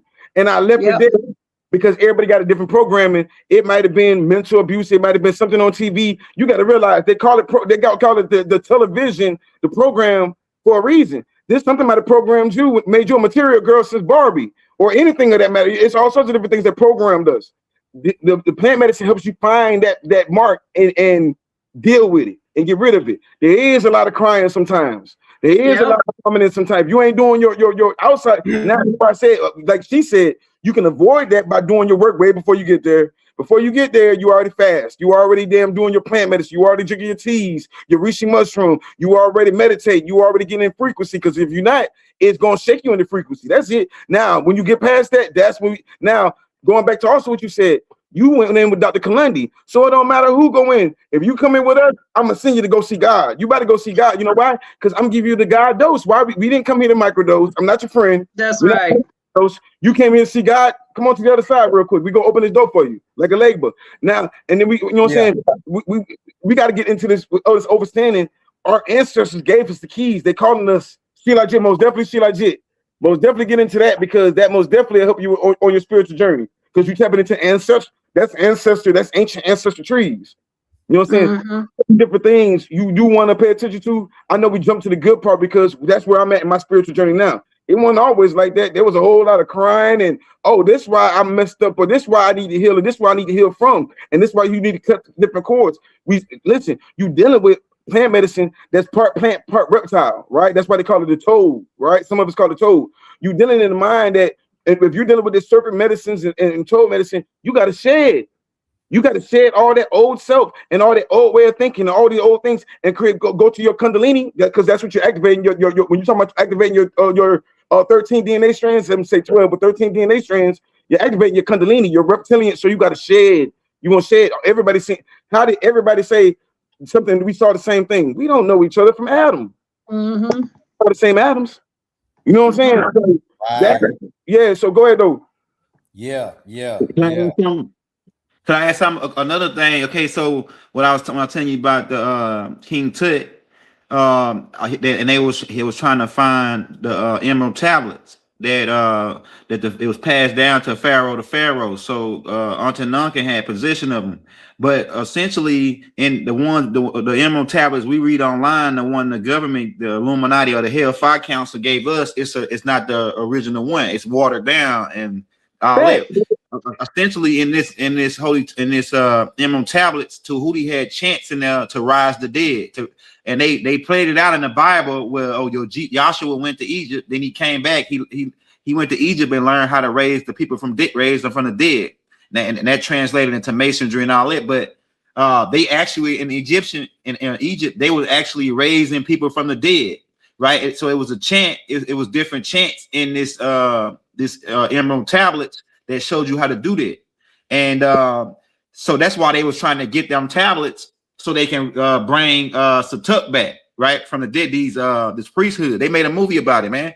And then so on that plant medicine, you can actually go to that, like you were saying, go see the people on the you can go to that realm, but it's a gulf in between once you go over there, because it's that you can't really talk to those people. You aren't supposed to be able to talk to those people, but they talk about it as Abraham's bosom in the Bible. Well, before Yahshua came and all the whole Riddick they come up with, but they stole that shit from ancient Egypt about the boatman Anubis. It was a chant in there where you could call up Anubis. You could call up Anubis and Anubis will go retrieve they soul essentially, or they spiritual essence, and they can be brought back to this side, right? Through this chant or this whatever. I never read it actually myself, but this is what I'm told by certain masters who said that, oh yeah, this is what was in the emerald tablets. This is why they won't let us get the real one, because we'll know how to raise people from the dead. But they took the shit and applied it to Jesus. Go ahead. See, they don't got to give it to you. 1 second, they don't got to give it to you because they already gave it to you. The ancestors hid it in the stone. They didn't hide it in words. In the Bible, one thing about it, the basic instruction before they even earth, they already tell you all the gemstones you got to be in tune with. They did it in like a rhythm. They put codes and different things. This is way over motherfucking head. They already prophesied. The oracles already prophesied that they were going to switch everything, change time, all these different things. Now, when you get into the plant medicine, look on, or the stones in general, stones and the plants. Now, Hawkeye, you just bought me a ring, right? You bought that ring with Anubis on it. What is Anubis doing?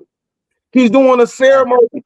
And on the ceremony, the Pharaoh is laying down on the tomb before he throws him in that tomb for that 7 day in the darkness. He's putting an unk in his mouth. The unk, again, I go back to the unk represented the mushroom. He put the mushroom in his mouth and walked out and left his ass in there. And guess what? He walked the spirit realm. He did the Black Panther, Wakanda forever, purple juice. Right. Hey, you know some scary shit. Go ahead. I want to say this about you say Anubis, but we say if you can read, when you read the Metanetta, the Greek names, that's not what's on the wall. It's Ampu, and there's Ampu and Ampuat, right? So they always leave the female out, right? But there's two of them, and they're guarding the doorways. And so we use them for house cleaning. When you come in, you want to cleanse your house, you put them at every doorway, Ampu and Ampuat, because they do two different things. Because you have the male energy, of course, that's the one that they always show. They come up, they don't never show Ampuat and what she does, right? But when you put those two together, that's your protection everywhere. Anytime you go, whether whether you are going into you're going into spaces using the plant medicine or anything like that, or just around your house, every doorway you can evoke Ampuat, and nothing ain't gonna come in. They ain't gonna come in. This was a long time when my children were small. You know how they are. Children can always see the spirits, and so sometimes I would use those two, and sometimes I would use a set and Nebuchadnezzar or Nekabet and Wajet, the same, What same about kind of Bess, the energy. god Bess? One of Bess, God yep, Bess, yeah. yep. But I used Bess and Tyert. Those are the more ancient ones from Merowe. See, a lot of times, we talk about ancient Egypt, or Kemet, but we don't talk about Merowe, because Merowe, they completely flooded that area because they don't want nobody reading none of that stuff. And I think, it's just my perspective that is the area that's connected to us over here, because that was they buried all of that. Like when I went to Kemet, I'll tell Orishas Stone about that. When I would go into when I went into the library and the museum in Cairo, I wanted to roam around freely. They would not let me roam around freely. I said, okay, wait a minute, I gotta go to the bathroom. So I go to the bathroom, and then I try to break away from the thing, and they come and get me. And then they said, everything you want is in Aswan. And that's the upper Egypt, but that's the southernmost part of the way we use, whatever, up is down, down is up. But upper Egypt is near the Sudan. And that's where most of the pyramids and all of that stuff is. And in that area, that whole museum was all make-believe. They didn't put none of because it didn't have the same, like when you talking about King Tut. King Tut had a lapis lazuli ankh. And that thing has when you walk past or whatever, it has so much energy coming off of it.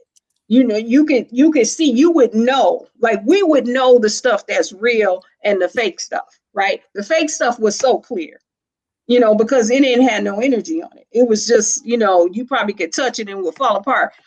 Young, did you hear that word she said? Did you say they told you to go what? Lapis lazuli. Lapis lazuli. Or Aswada? You use that stone, right? Yep, that Hey, one. you use that stone for some of your jewelry. Yeah, I remember doing remember I did a Now, Elder, now, remember I said during my travel that I saw a deep blue stone? Well, guess what I had in my pockets? Lapis. And I pulled this out and I showed Orishas Stone. Now, a couple of shows before this, I had talked about, I put out some other blue stones and said I was carrying blue stones now.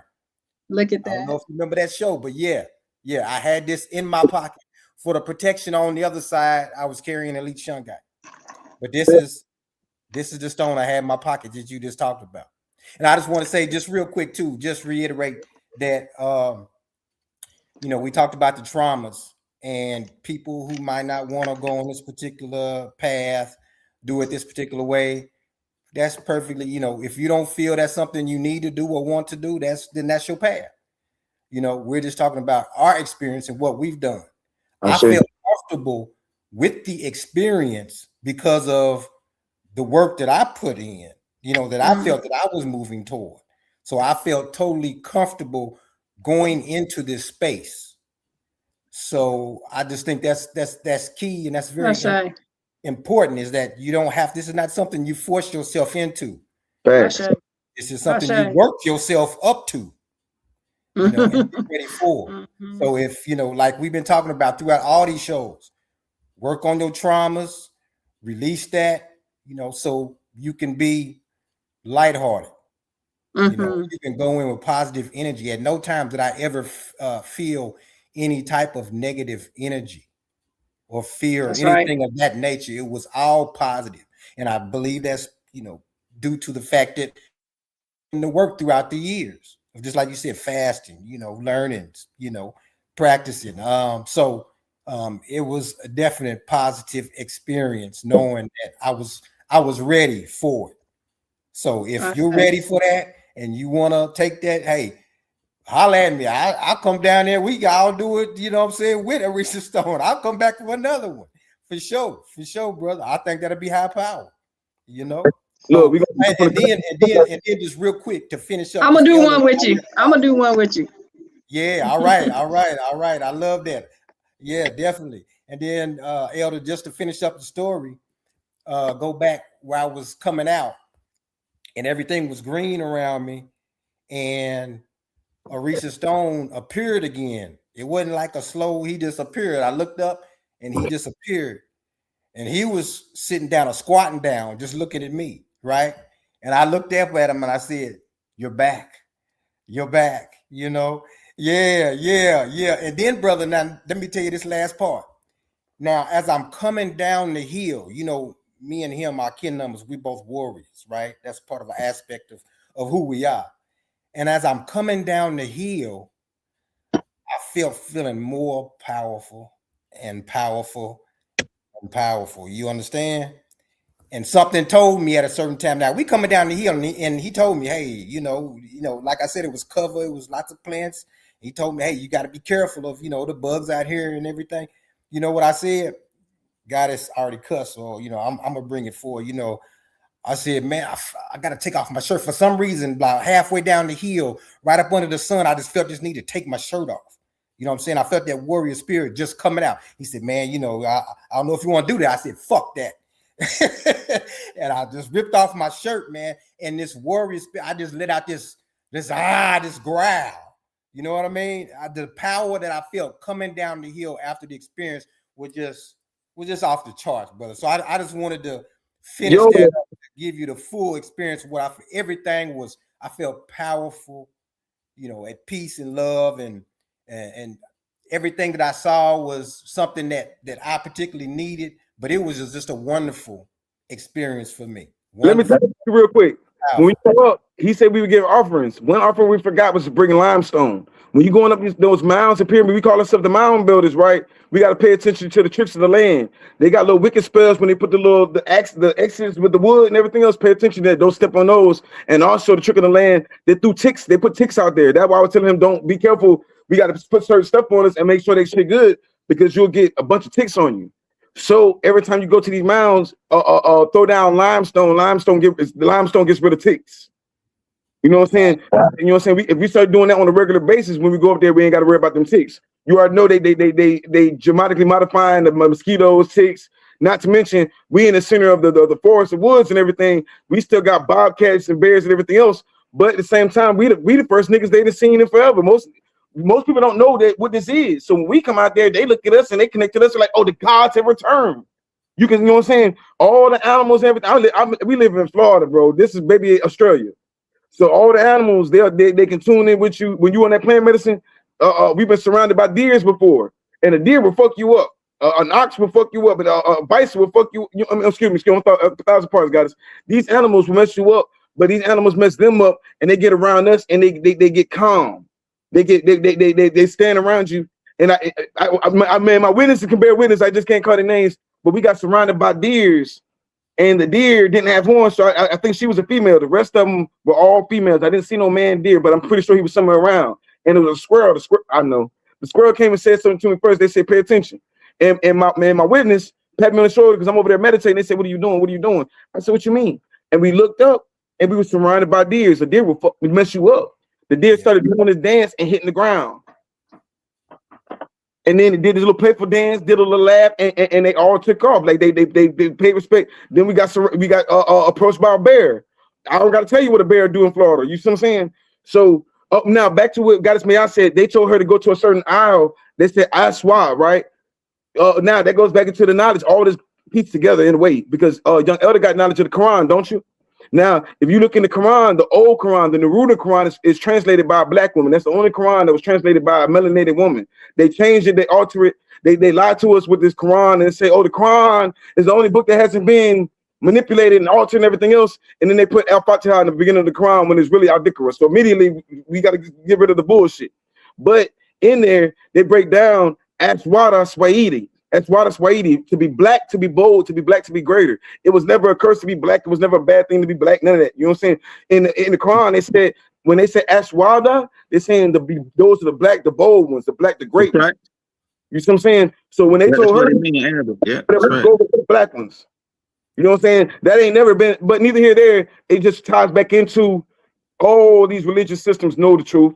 All these religion, you know what I'm saying? Spiritual practices know the truth. You go in, when you talk about skywalking and everything else, you got to go through the other dimensions. When you talk about the Jaguar clan, you always talk about the Jaguar clan, guys. The Jaguar clan goes they go interdimensional. Bro, we always talking about the Lyrans. We talking about the same people. He just talking about it from the inner aspect of it. We talking from the same cosmic interdimensional aspect of it. We're talking about the same beings. You know what I'm saying? So, most definitely. I mean, all of our ancestors. I got a question for the daughters. Go ahead. I got a question for the high priestess. When you went to Aswan, did you see the real people there? Because they like to show us on TV these pale Arabs, but the real people there are dark skinned people. You know what I'm saying? The real people in Aswan. That's when you really start seeing the real people of that land when you go down to Aswan. You know what? You the only place you got to do is go outside of Cairo, right? So I did the whole Nile cruise, right? So Cairo, of course, is mostly Arab, and you know they don't really get down with the Nubians.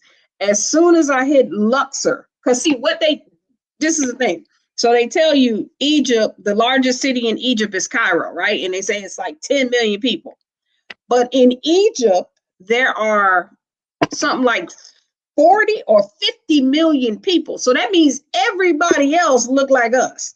So as soon as I got off that boat, and I was the only Black person on that boat, soon as I got off of that ship in Luxor, everybody was like, welcome home. You my cousin. We the same thing. They kept pointing at our skin. We the same thing. And they would, a little boy, he took me, he wanted me to meet his mother. Like I got off the ship, I went in somebody's house, and they gave me a Coca-Cola, whatever. And so, yes, and they are very receptive to us. They'll tell you welcome. And then they also want to show you your stuff. The same thing happened to me in Mexico too, though. When at Mexico, when I didn't go on one of the tourist trips, I went to, I stayed there for about 2 months. And we rented a house and everything. And on the bus, and I don't speak Spanish. Actually, this was a European looking Mexican, but he was, his daughters had gone to school over here. And so I'm on the bus and he said, just follow us. We're going to the same place. I went to Tepoztlan. And then they just started telling me, they said, listen, okay, this is where you need to go to find the Olmec heads. This is where you need to go, make sure you go to this temple and that temple or whatever. They just start breaking it down to you. The people that live, because see, they like to promote that area, I'm saying Kemet, that is mostly Arab. It is not, it is mostly Nubian. And I lost the video, but I had a video. They were on the Nubians, they were on a boat. And they was up in there having church sound just like us. They had their drums and and a tambourine and they was singing and, drumming and everything. And it was amazing. And then, again, it's like, it's the same thing from over there to over here. And, they like to promote again, also that Mexicans don't like Black people. That is not true. It might be the European ones, but they are a small percentage. The regular people, I met somebody look just like Orishas Stone.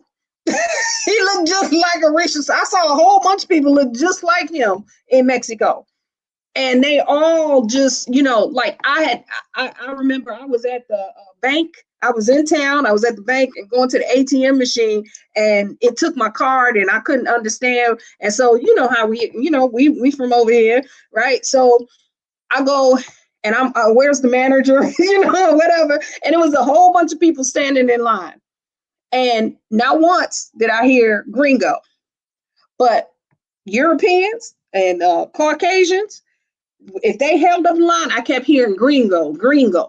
But with me, they were just like, okay, whatever, we'll go get the manager. And the manager comes over and, retrieves my stuff and tells me how to read the screen and everything. And it was none of what they promote about how they don't like us and all of that stuff. They were very much aware. We had a tour guide who took us to one of, we weren't in Palenque or, one of the major temples. We were in, and I'm saying I'm a butcher the name, Chalcatzingo. We went to the temple of the temple of the sun and the moon. And it was up on this big step pyramid. and they had a guide, and he was a little short man, looked just like one of the Olmec heads. And he told us, he said they told him to stop telling people that these are he used the word Negroid or African or whatever, stop telling the tourists that, because that's what he was telling the tourists, because they say that's we the same thing, they like, yeah, we are y'all. And because the Jesuits are over there, and they don't want them to tell the white people that these are black people. And but he was telling them, and they told him that they would not put him on the tour if they'll stop giving him tours if he keeps telling the people that they're black. But of course he told us, and then he took us all up into these different places and stuff. We also saw people scraping the stuff off the walls. They were literally just scraping it off because they didn't want. They got dark skin. That's why. Yep. Yep. The Mexicans, it's like 2 or 3 different branches of them. The one branch that's akin to us, they are mixed with the Asians, right? The Asians come over in whole skin. So that you'll see that's the group that's our family. But the group that when Hernando Cortez and them came over and started pillaging and raping the people down there, that is the European mix. The European mix, they with the Spaniards. Then you got another group like the Mexicans that mixed back in with the Sands people that was down in South America. So they got woolly, thick hair and the same color skin as ours, and they kind of resemble like a upgraded Sands people. But them the real Mexicans. Them the real Mexicans. The real original Armax and Amaru Khan people that were down there. And you even it's a dude named Barbados. I might be saying his name right. Balboa, that's his name. Balboa. Oh, Balboa. When he got over here, when he got over here, he said that he saw the people down there, and they resemble the same people he saw in Ethiopia. Right? The same people, they look the same. And then meanwhile, you wondering why Mexico sent an Armac helmet to Ethiopia. That's what they telling us, that they sent that Armac helmet. The Mexicans don't even got enough. Why would the Mexicans send an Armac helmet to Ethiopia? Man, I believe that shit was already over there, and they trying to cover up that it was a connection between these people on both sides of the water. I believe that it was a connection. You know what I think? I was thinking about this today. I said, man, I don't even believe the Armacs. I believe the Armacs had helicopters. Like they had helicopters and advanced technology, and they was traveling around. Go ahead, Orishas. Go back into when we talk about, everybody want to say they're the first Mississippians and the original Americans and everything else. We got to do the research. When you say the mother culture, not only were they doing plant medicine, they were communicating with the stars. What that sound like? You always be talking about the Moors thing. What is the real Moors? They're navigators by the stars, right? How could they navigate and tap into the sacred geometry of the stars? They did it with that plant medicine. You now look up Pacao. Pacao is the scientist now. We don't talk about him enough because they try to whitewash him. And I don't, because he's from the Jaguar clan. He was completely against the Kalakmul clan, the Serpent clan. But that's some ancestral shit going on. You know what I'm saying? But they black. I can show you the plaque. But Linky looks like you with locks, with a big nose and with locks. The plaque. You know what I'm saying? So I'm talking about Palenque. So when we talking about all these, you said you think they got, bro, they had spaceships, they had ancient technology. Yeah, they had all it. They had stargates. Look up the temples, look at the stones. Look That's right. That's right, Orishas. Go ahead. Viracocha got a stone with a sun god in it. One thing about it, we keep talking about the sun, we forget. I hear a lot of people call us a lot of different things. We forgot that originally, before we called ourselves anything, we called ourselves the sun, the children of the sun. Gates. They didn't need just helicopter per se, but if you look at Palenque and they always talking about that spaceship and everything, he's the one that gave them the whole. In other words, a nigga created the spaceship and how to interdimensionally time travel. And we just overlooking that because we don't want to sound too spaced out. Yet on NBC they talking about 9-foot black Americans. They didn't say Africans. They didn't say Australians. They said our stock. Like they little stock of damn a snake or dog. They pay attention to our stock a whole lot. So we need to pay attention to ourselves. That's it. Yeah. I think they lying about the time frame too on how long we've been on this planet, because yeah. that 2 million Lucy thing that we predate that. I think we predate that Lucy out of Africa theory. I think that these Armacs been around at least over 6 billion years, and they've been had, like you said, they had stargates. They found the original med bed down in Peru. So yeah, and they took that and reverse engineered it. So if these people had med beds thousands of years ago, what else the hell they had? See, they really been The gaslighting us, man, for a timeline long is time on who we are. 15 million Go ahead. years. It's 50 million years. Real quick, I say this. Look at It's the 50 pyramid. million, y'all. Piano. Look at the time frame. We talking about pyramid games, right? And I'm gonna get right to you, Atari. We talking about ley lines. This isn't something we made up. This is science.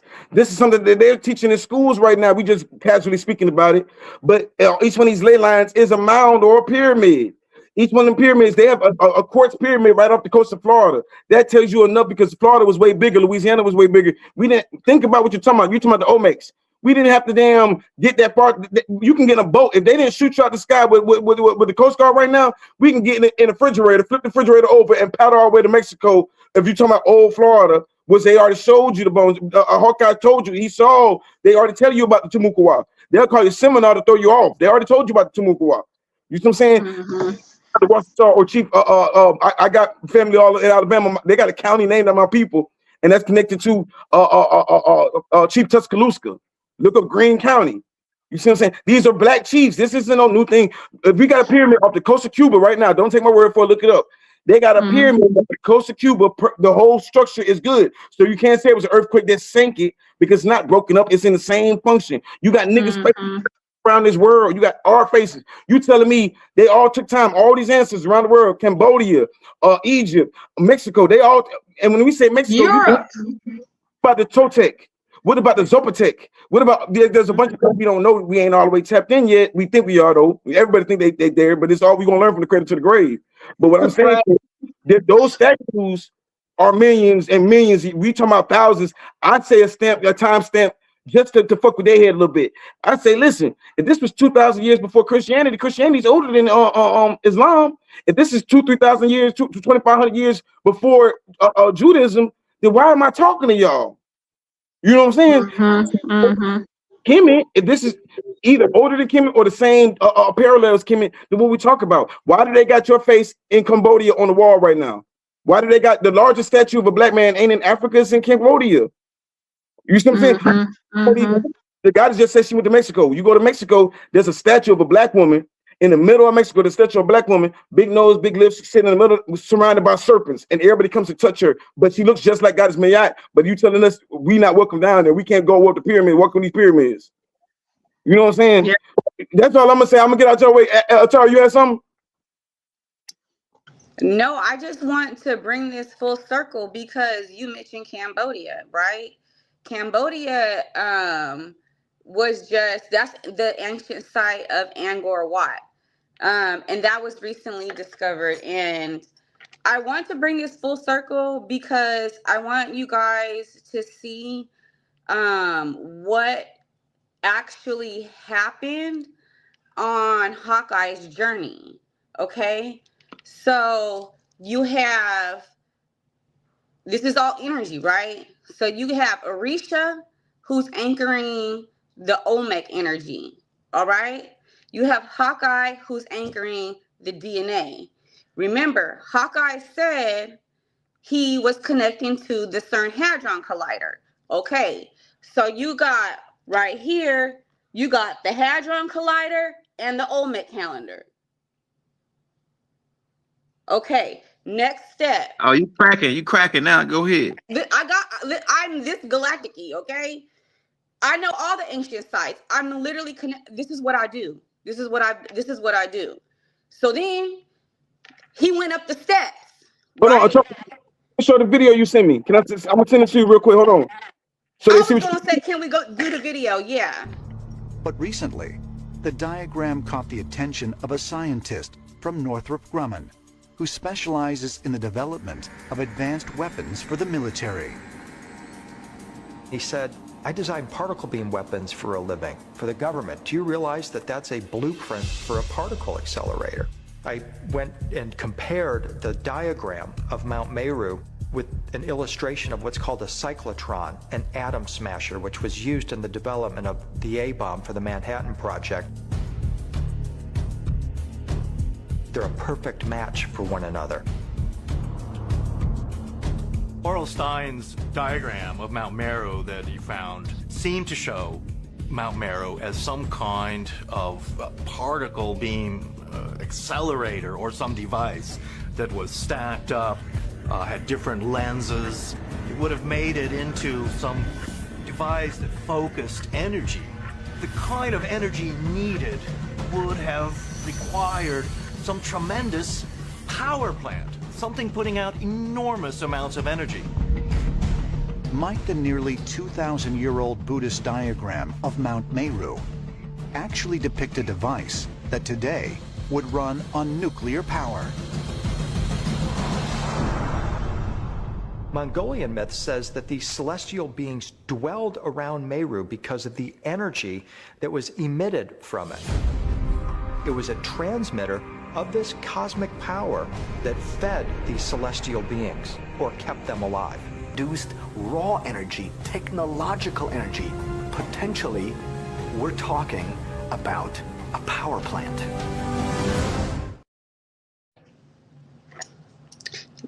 Yes.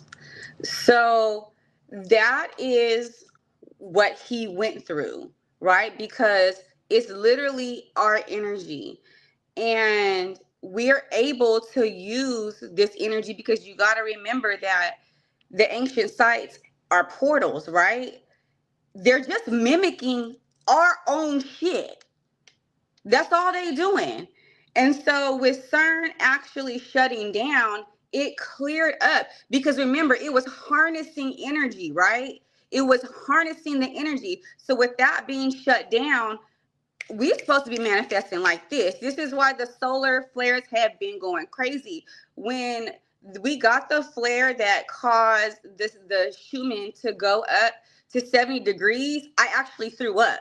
I felt that light enter me and I threw up. And what I want to bring this full circle to is that this is how much we're supposed to be anchored in our energy. We're supposed to be living this shit every day. We're all supposed to be operating multidimensionally, right? Because what's happening is when you hear the angelic voices and then when you hear the fallen angelic voices, motherfuckers can't figure out who is who, right? So all you know is that you're hearing the voices, but you don't know who is who because you haven't cleared out your distortion. And this is what happens when you do the plant medicine because your energetic biosystem and your auric field is expanded. Exactly everything how young elders said it. Your auric field and your energy field is actually expanding and you're able to anchor in more light, right? You're learning your intuition, right? You're listening to your oversoul. You have more angelic realm for them to talk to you. And this is how we're supposed to operate every day. You know how many demons I freaking walk into every fucking day? And I gotta send their ass to the underworld? I be laughing though, because when I see young elder, he be like, we gonna cast them out. And I'm like, yes, cast them to the underworld. Yes. Hey, right in the crack. I Right kick in a the gene crack. right in the crack of his ass. Y'all funny, man. Right back This to is on the the dog. thing though. All of us are supposed to be soul retrievers. We're supposed to be able to operate and see who these motherfuckers are. And we're supposed to be the fly on the wall as the observer. We just supposed to sit back. I swear to God, y'all, I be going places. I just be sitting back looking at everybody. I know who's supposed to get an upgrade. I know who's supposed to be going down. You feel me? Like literally, this is how in tune you have to be with your energy and with the dark energy because we be having to step into that energy. We have to we are supposed to be the black dot that you get from the plant medicine. We're supposed to be walking the black dot every day. We're supposed to be the black dot. We're supposed to be that energy. We're supposed to, our Merkabas and our holographic field is supposed to be so clear we can distinguish who is who, right? We could see, okay, I see what time they on. I see what time they on. We're supposed to be able to read the vibrations of everybody that is in front of us as a nine-ether being. We're supposed to, the Marvel energy, we didn't even get to play it. We'll play it on another Hey, session. You remember Lucy when Yes, she got to a certain point, she could see the lines coming from their head, the frequencies. Yeah. Yes, my Lucy, where I'm able, they'll tell me too. They'll be like, okay, we're gonna. When I'm bending energy, I know when I'm bending energy. Because I was born in 1984, right? It was a critical year. My 48, and I know as Sekhmet, as me, I anchor people's DNA. I know when I'm places and I gotta, I'm in their root chakra. Okay, I know because this is part of my angelic gift, right? This is part of my celestial gift. I have to go outside as me and I have to give and serve this angelic energy. But listen, it is rough because the 3D is rough, and everybody who's on this show right now needs to be anchoring this energy because we're literally, you know what time it is. It's about to go crazy out. You know it's about to be a crazy ass next 3 years. We know it. This shit is getting terrible out there. The chaos is terrible. And I need other people like me because we literally we're the warriors. We're the light warriors. Listen, I just need help. I need everybody, we're all spread out, but I need everybody they need to tune into their gifts because we are the nine-ether beings. Y'all, we're supposed to be fucking wealthy. We are wealthy. We're wealthy. And I hate that I have to see this because I want us all to win. You feel me? I want us all to win. I want us all to be millionaires. Right? But it takes all of us, how we were speaking, has been doing the work. We've been doing the work. We've been doing the work to anchor in the light. One thing I say is, I always say we got to focus on what we do. Hold on one second. Yeah, we always got to focus on what we doing and focus on like-minded people that what we got going on. You know what I'm saying? If they ain't doing the work, that's fine. I don't be trying to convince nobody of nothing because that power that we talking about, all these different travels is coming together. All the experience that Goddess Mayat got a young elder got, Hawkeye got. We're bringing that information together. Hawk, you had something before we get out of here, Chief? Yeah, that was a nice comment that you just made about bringing all this power and experience together. I just want to tell a story real quick about that. This realization I had during this session. Now, Atari mentioned earlier about our ceremony caused an earthquake. Now, Goddess Mayat could testify to when I talked to her and told her about this story, I told her I wanted to shake the ground. And I just found out that we shook the ground even before I said it. But my intentions were apparently known before I even went in. I see. Now, this is what I'm talking about. Everything is in sync and in line. Yeah. And one more thing, Atari. When you said you want to see everybody wealthy, that's that mother energy in you. That's that love energy in you. But one thing about it, when you look at the ancient Kemet, right? Everybody couldn't read the hieroglyphics. You know what I'm saying?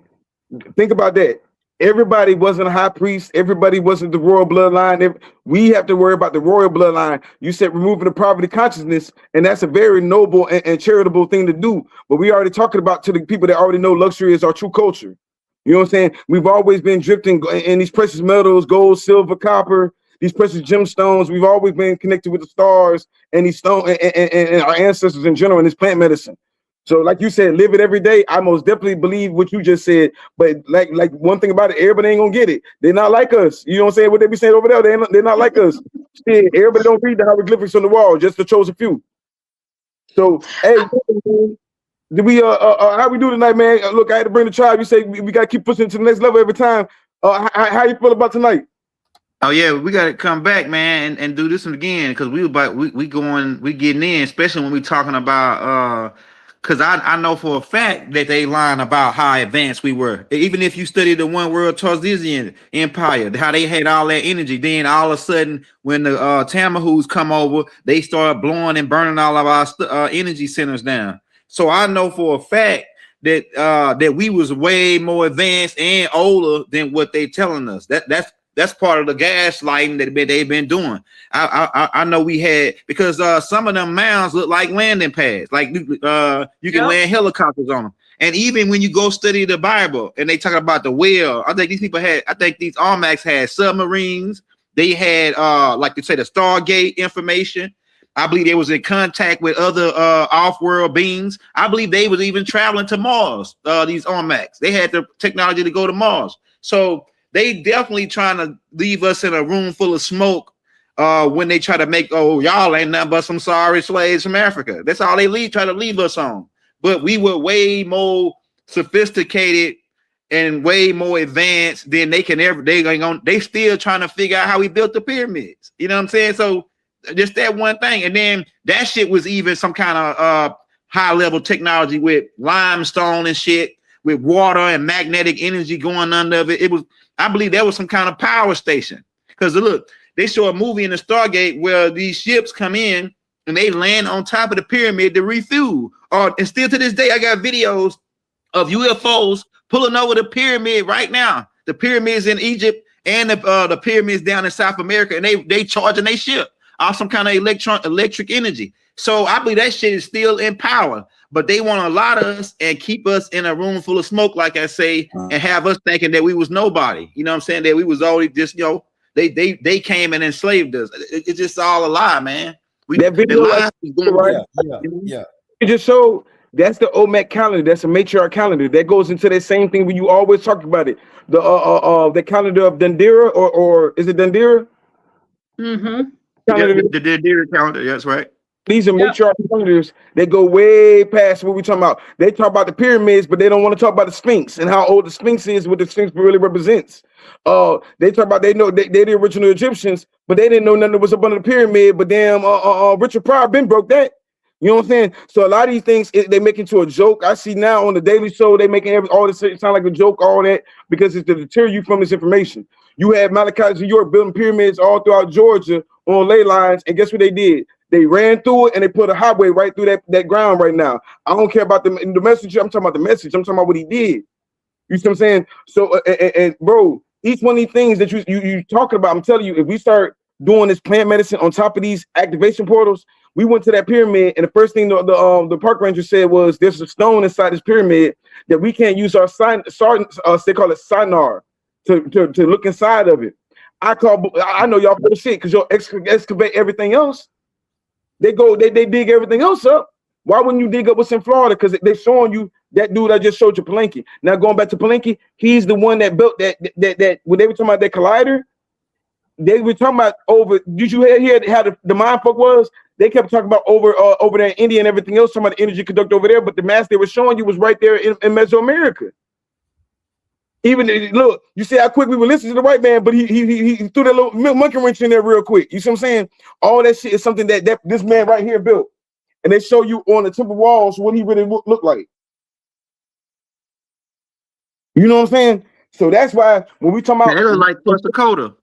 No, they ain't Quetzalcoatl. No, he ain't that. He ain't that. You know what I'm saying? He ain't that blessed. He all right though. He a great scientist and philosopher. That's Pakal. From the land of Palenque, Jaguar clan. He's Jaguar clan. Quetzalcoatl is Dragon Serpent clan. Right. You know what I'm saying? So, but yeah, man. All this comes together, man. And when we start paying attention to it and really activating this energy, but yeah, let me move around real quick. Goddess Mayat, what do you got coming up, and how can we support you, Goddess?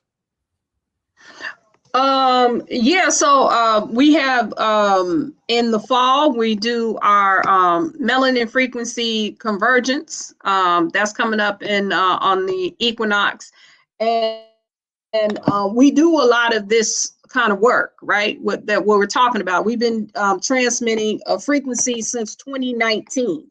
And we go around and we have these events on the solstice and the equinox. We have a whole frequency that we have our priesthood has been generating since 2019. And I love this. One of the things I wanted to say is like we're closing out the year of unity in this, right? So we're in a year where we are doing 52 acts of unity. And I think that's one of the things that's missing, because see, we're sitting here, we're talking about all this power, all of these ancient powers, cosmic, celestial, wherever, you hail from, right? And one of the things that I think that we're missing is the unity, right? Because everybody, until just recently, a lot of us have been doing this work and we think we're the only ones doing it. We think that we're alone.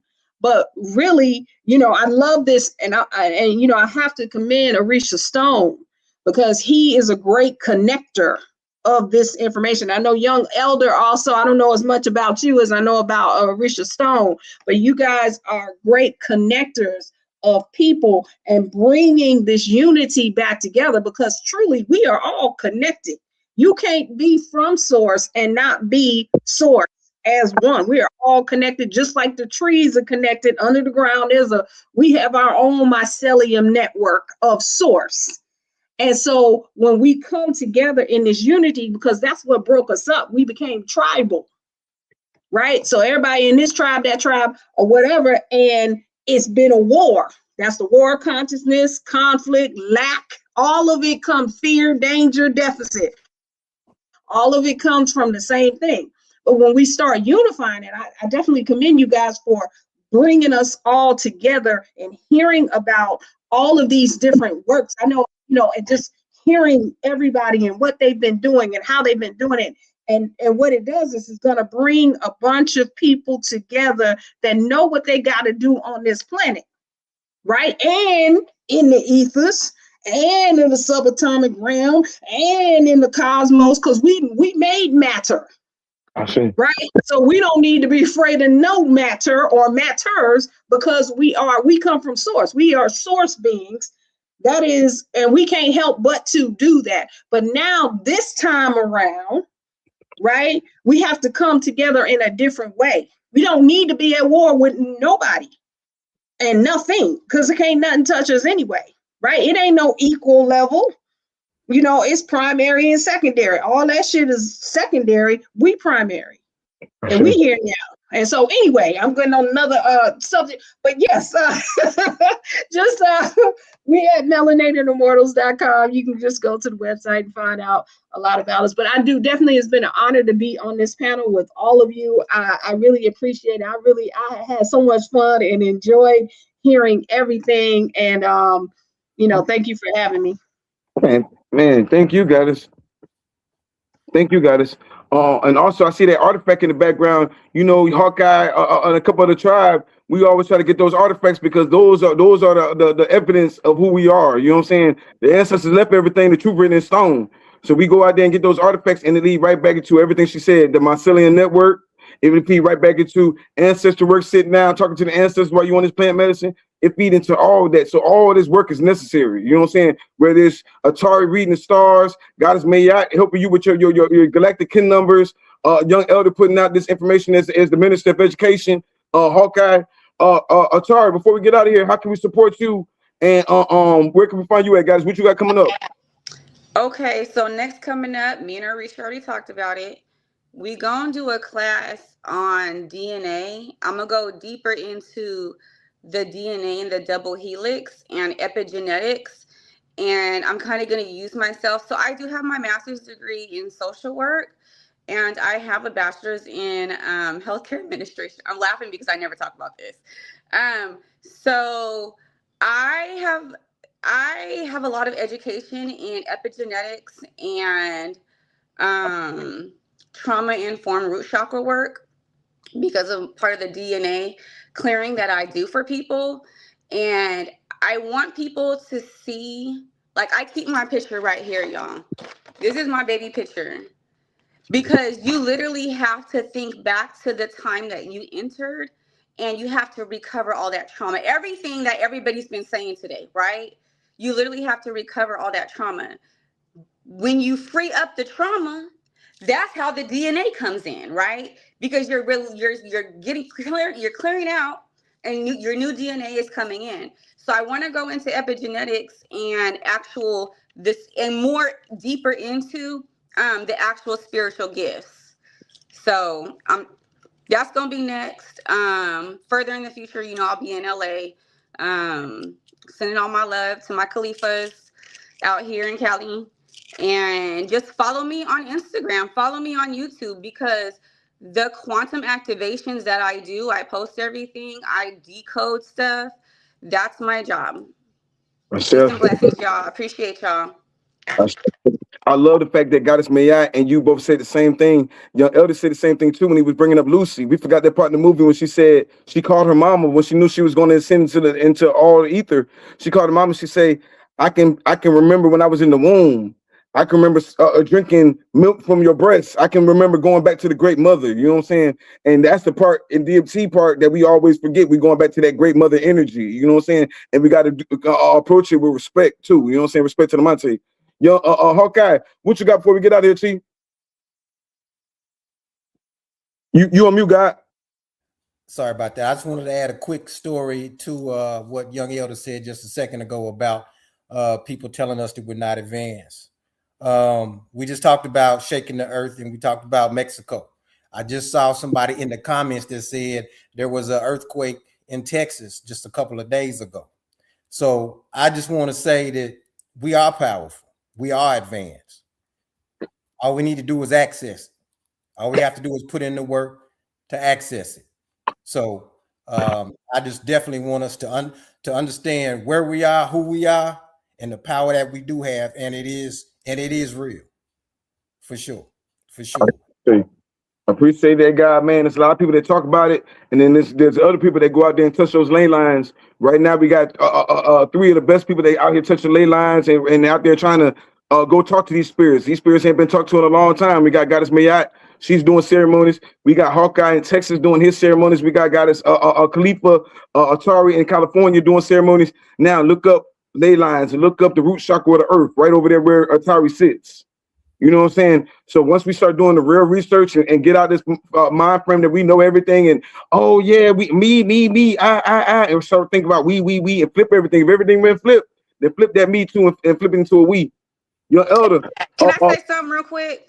Well, if you don't know where to start, okay, if you don't know where to start, you can literally, if I need energy from these sites because I can't get there, just watch Ancient Aliens.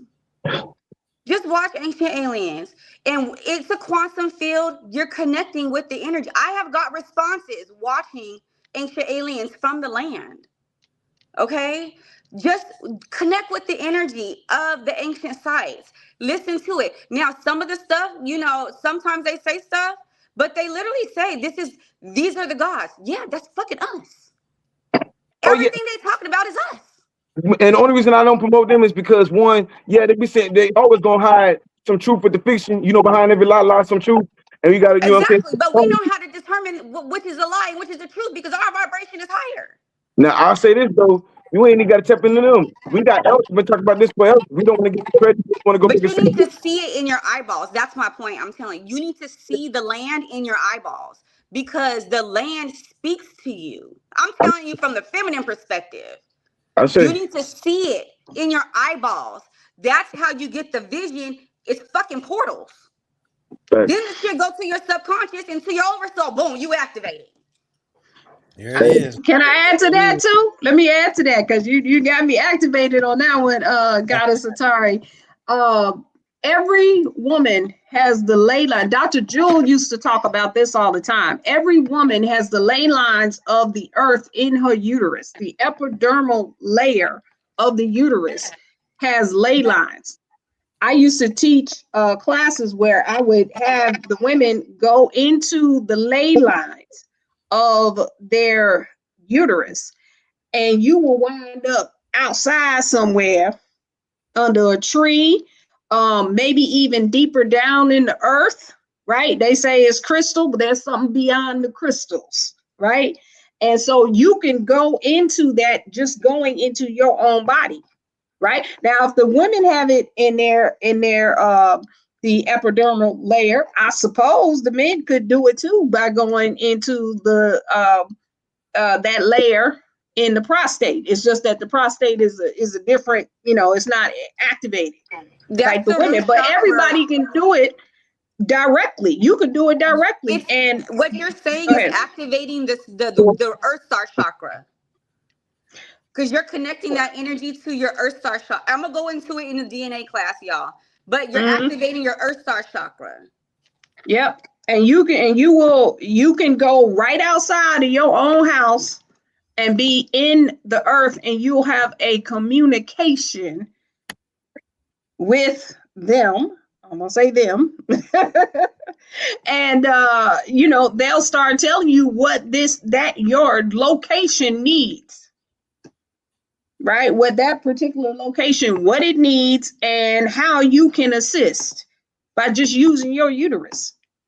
Hey, somebody And has then go ahead. a question. I don't want to go past that one, and I don't want to touch that one. But there's a lot What of if they have fibroids? yeah. So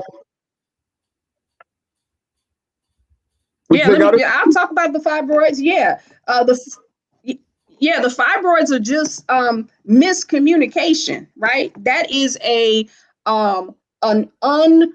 incomplete creation is what a fibroid is. And it usually comes, of course, we know, and many of the teachers, I'm not the first person to say this or whatever, those who have come before me and have been my teachers already talk about how that's, pent up anger, because what? It's like a fist. It's a fibroid, right? It's a fist. So it's a mass. It's matter. It got, hair and bones and teeth and all of that stuff in it. It is an incomplete creation. And so even if you have fibroids, we do something, we teach, I teach womb evolution. I've been doing it for 10 years now, right? In there, we learn how to do something called a uterine ping, right? Many women have used this uterine ping to remove those fibroids. And this is a ping. This is not you having a connection with the vagina. Oh, here she goes. I knew she popped up.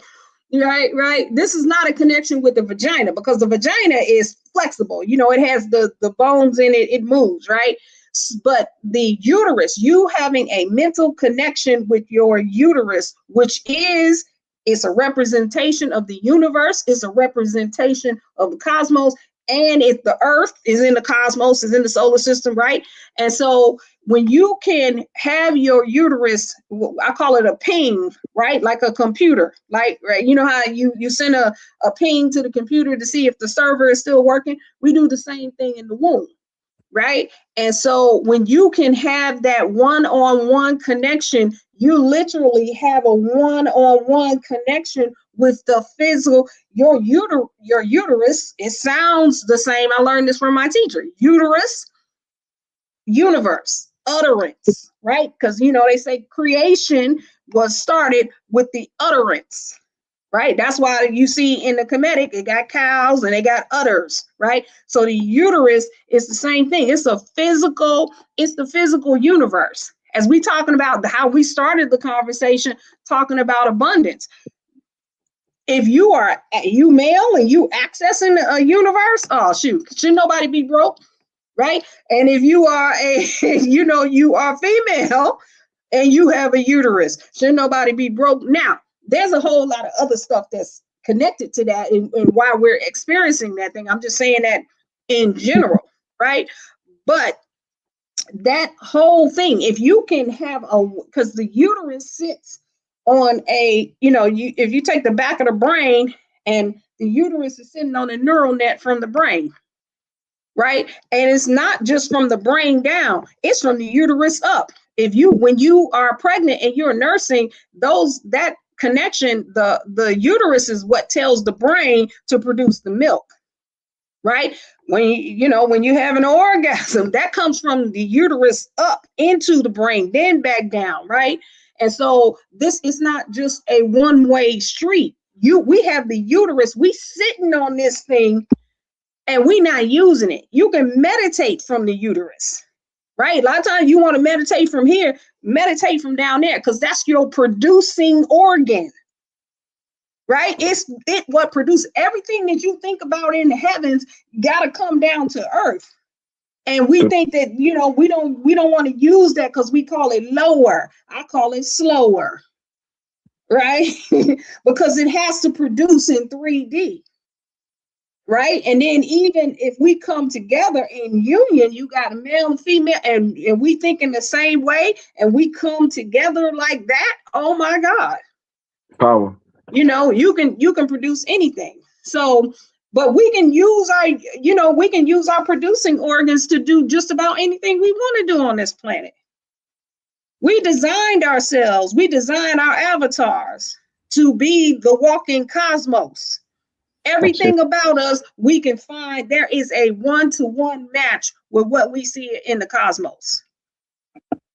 And so, you know, anyway, so y'all got me going when y'all start talking about that, but maybe on the next show. Next show.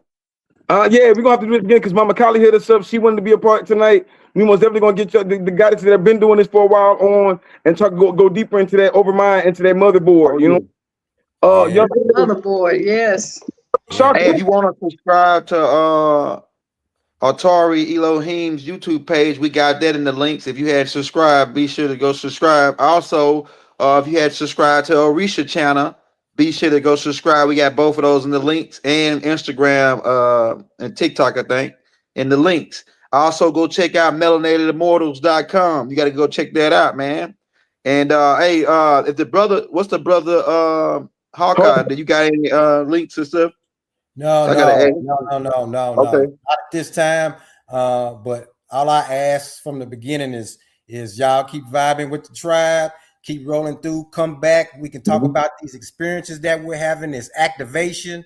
I'm always here doing work in the background. So I'm always here, but I don't have a particular link. But you can, if you really want to contact me, you can get in touch with Orishas Stone and we can handle whatever needs to be handled. But just keep vibing with the tribe. We building over here. It's lovely. I love it. I say, yeah. Brick after brick. Appreciate all the work each and every one of you do. I say. And man, we talking about chakras all night. And y'all been working my thumb chakra all night, man. Y'all work y'all thumb chakra. Hit that like button, man. Yo, young elder, take us about here, man. Hey, man, peace and love to the tribe. You know, send divine love to all the goddesses and matriarchs on the land, right? We want to free the three chiefs, Dr. Malachi Z. York, Larry Hoover, and Jeff Ford, right? Let the three kings walk, man. We send divine love and peace throughout the balanced universe to all. Wadu.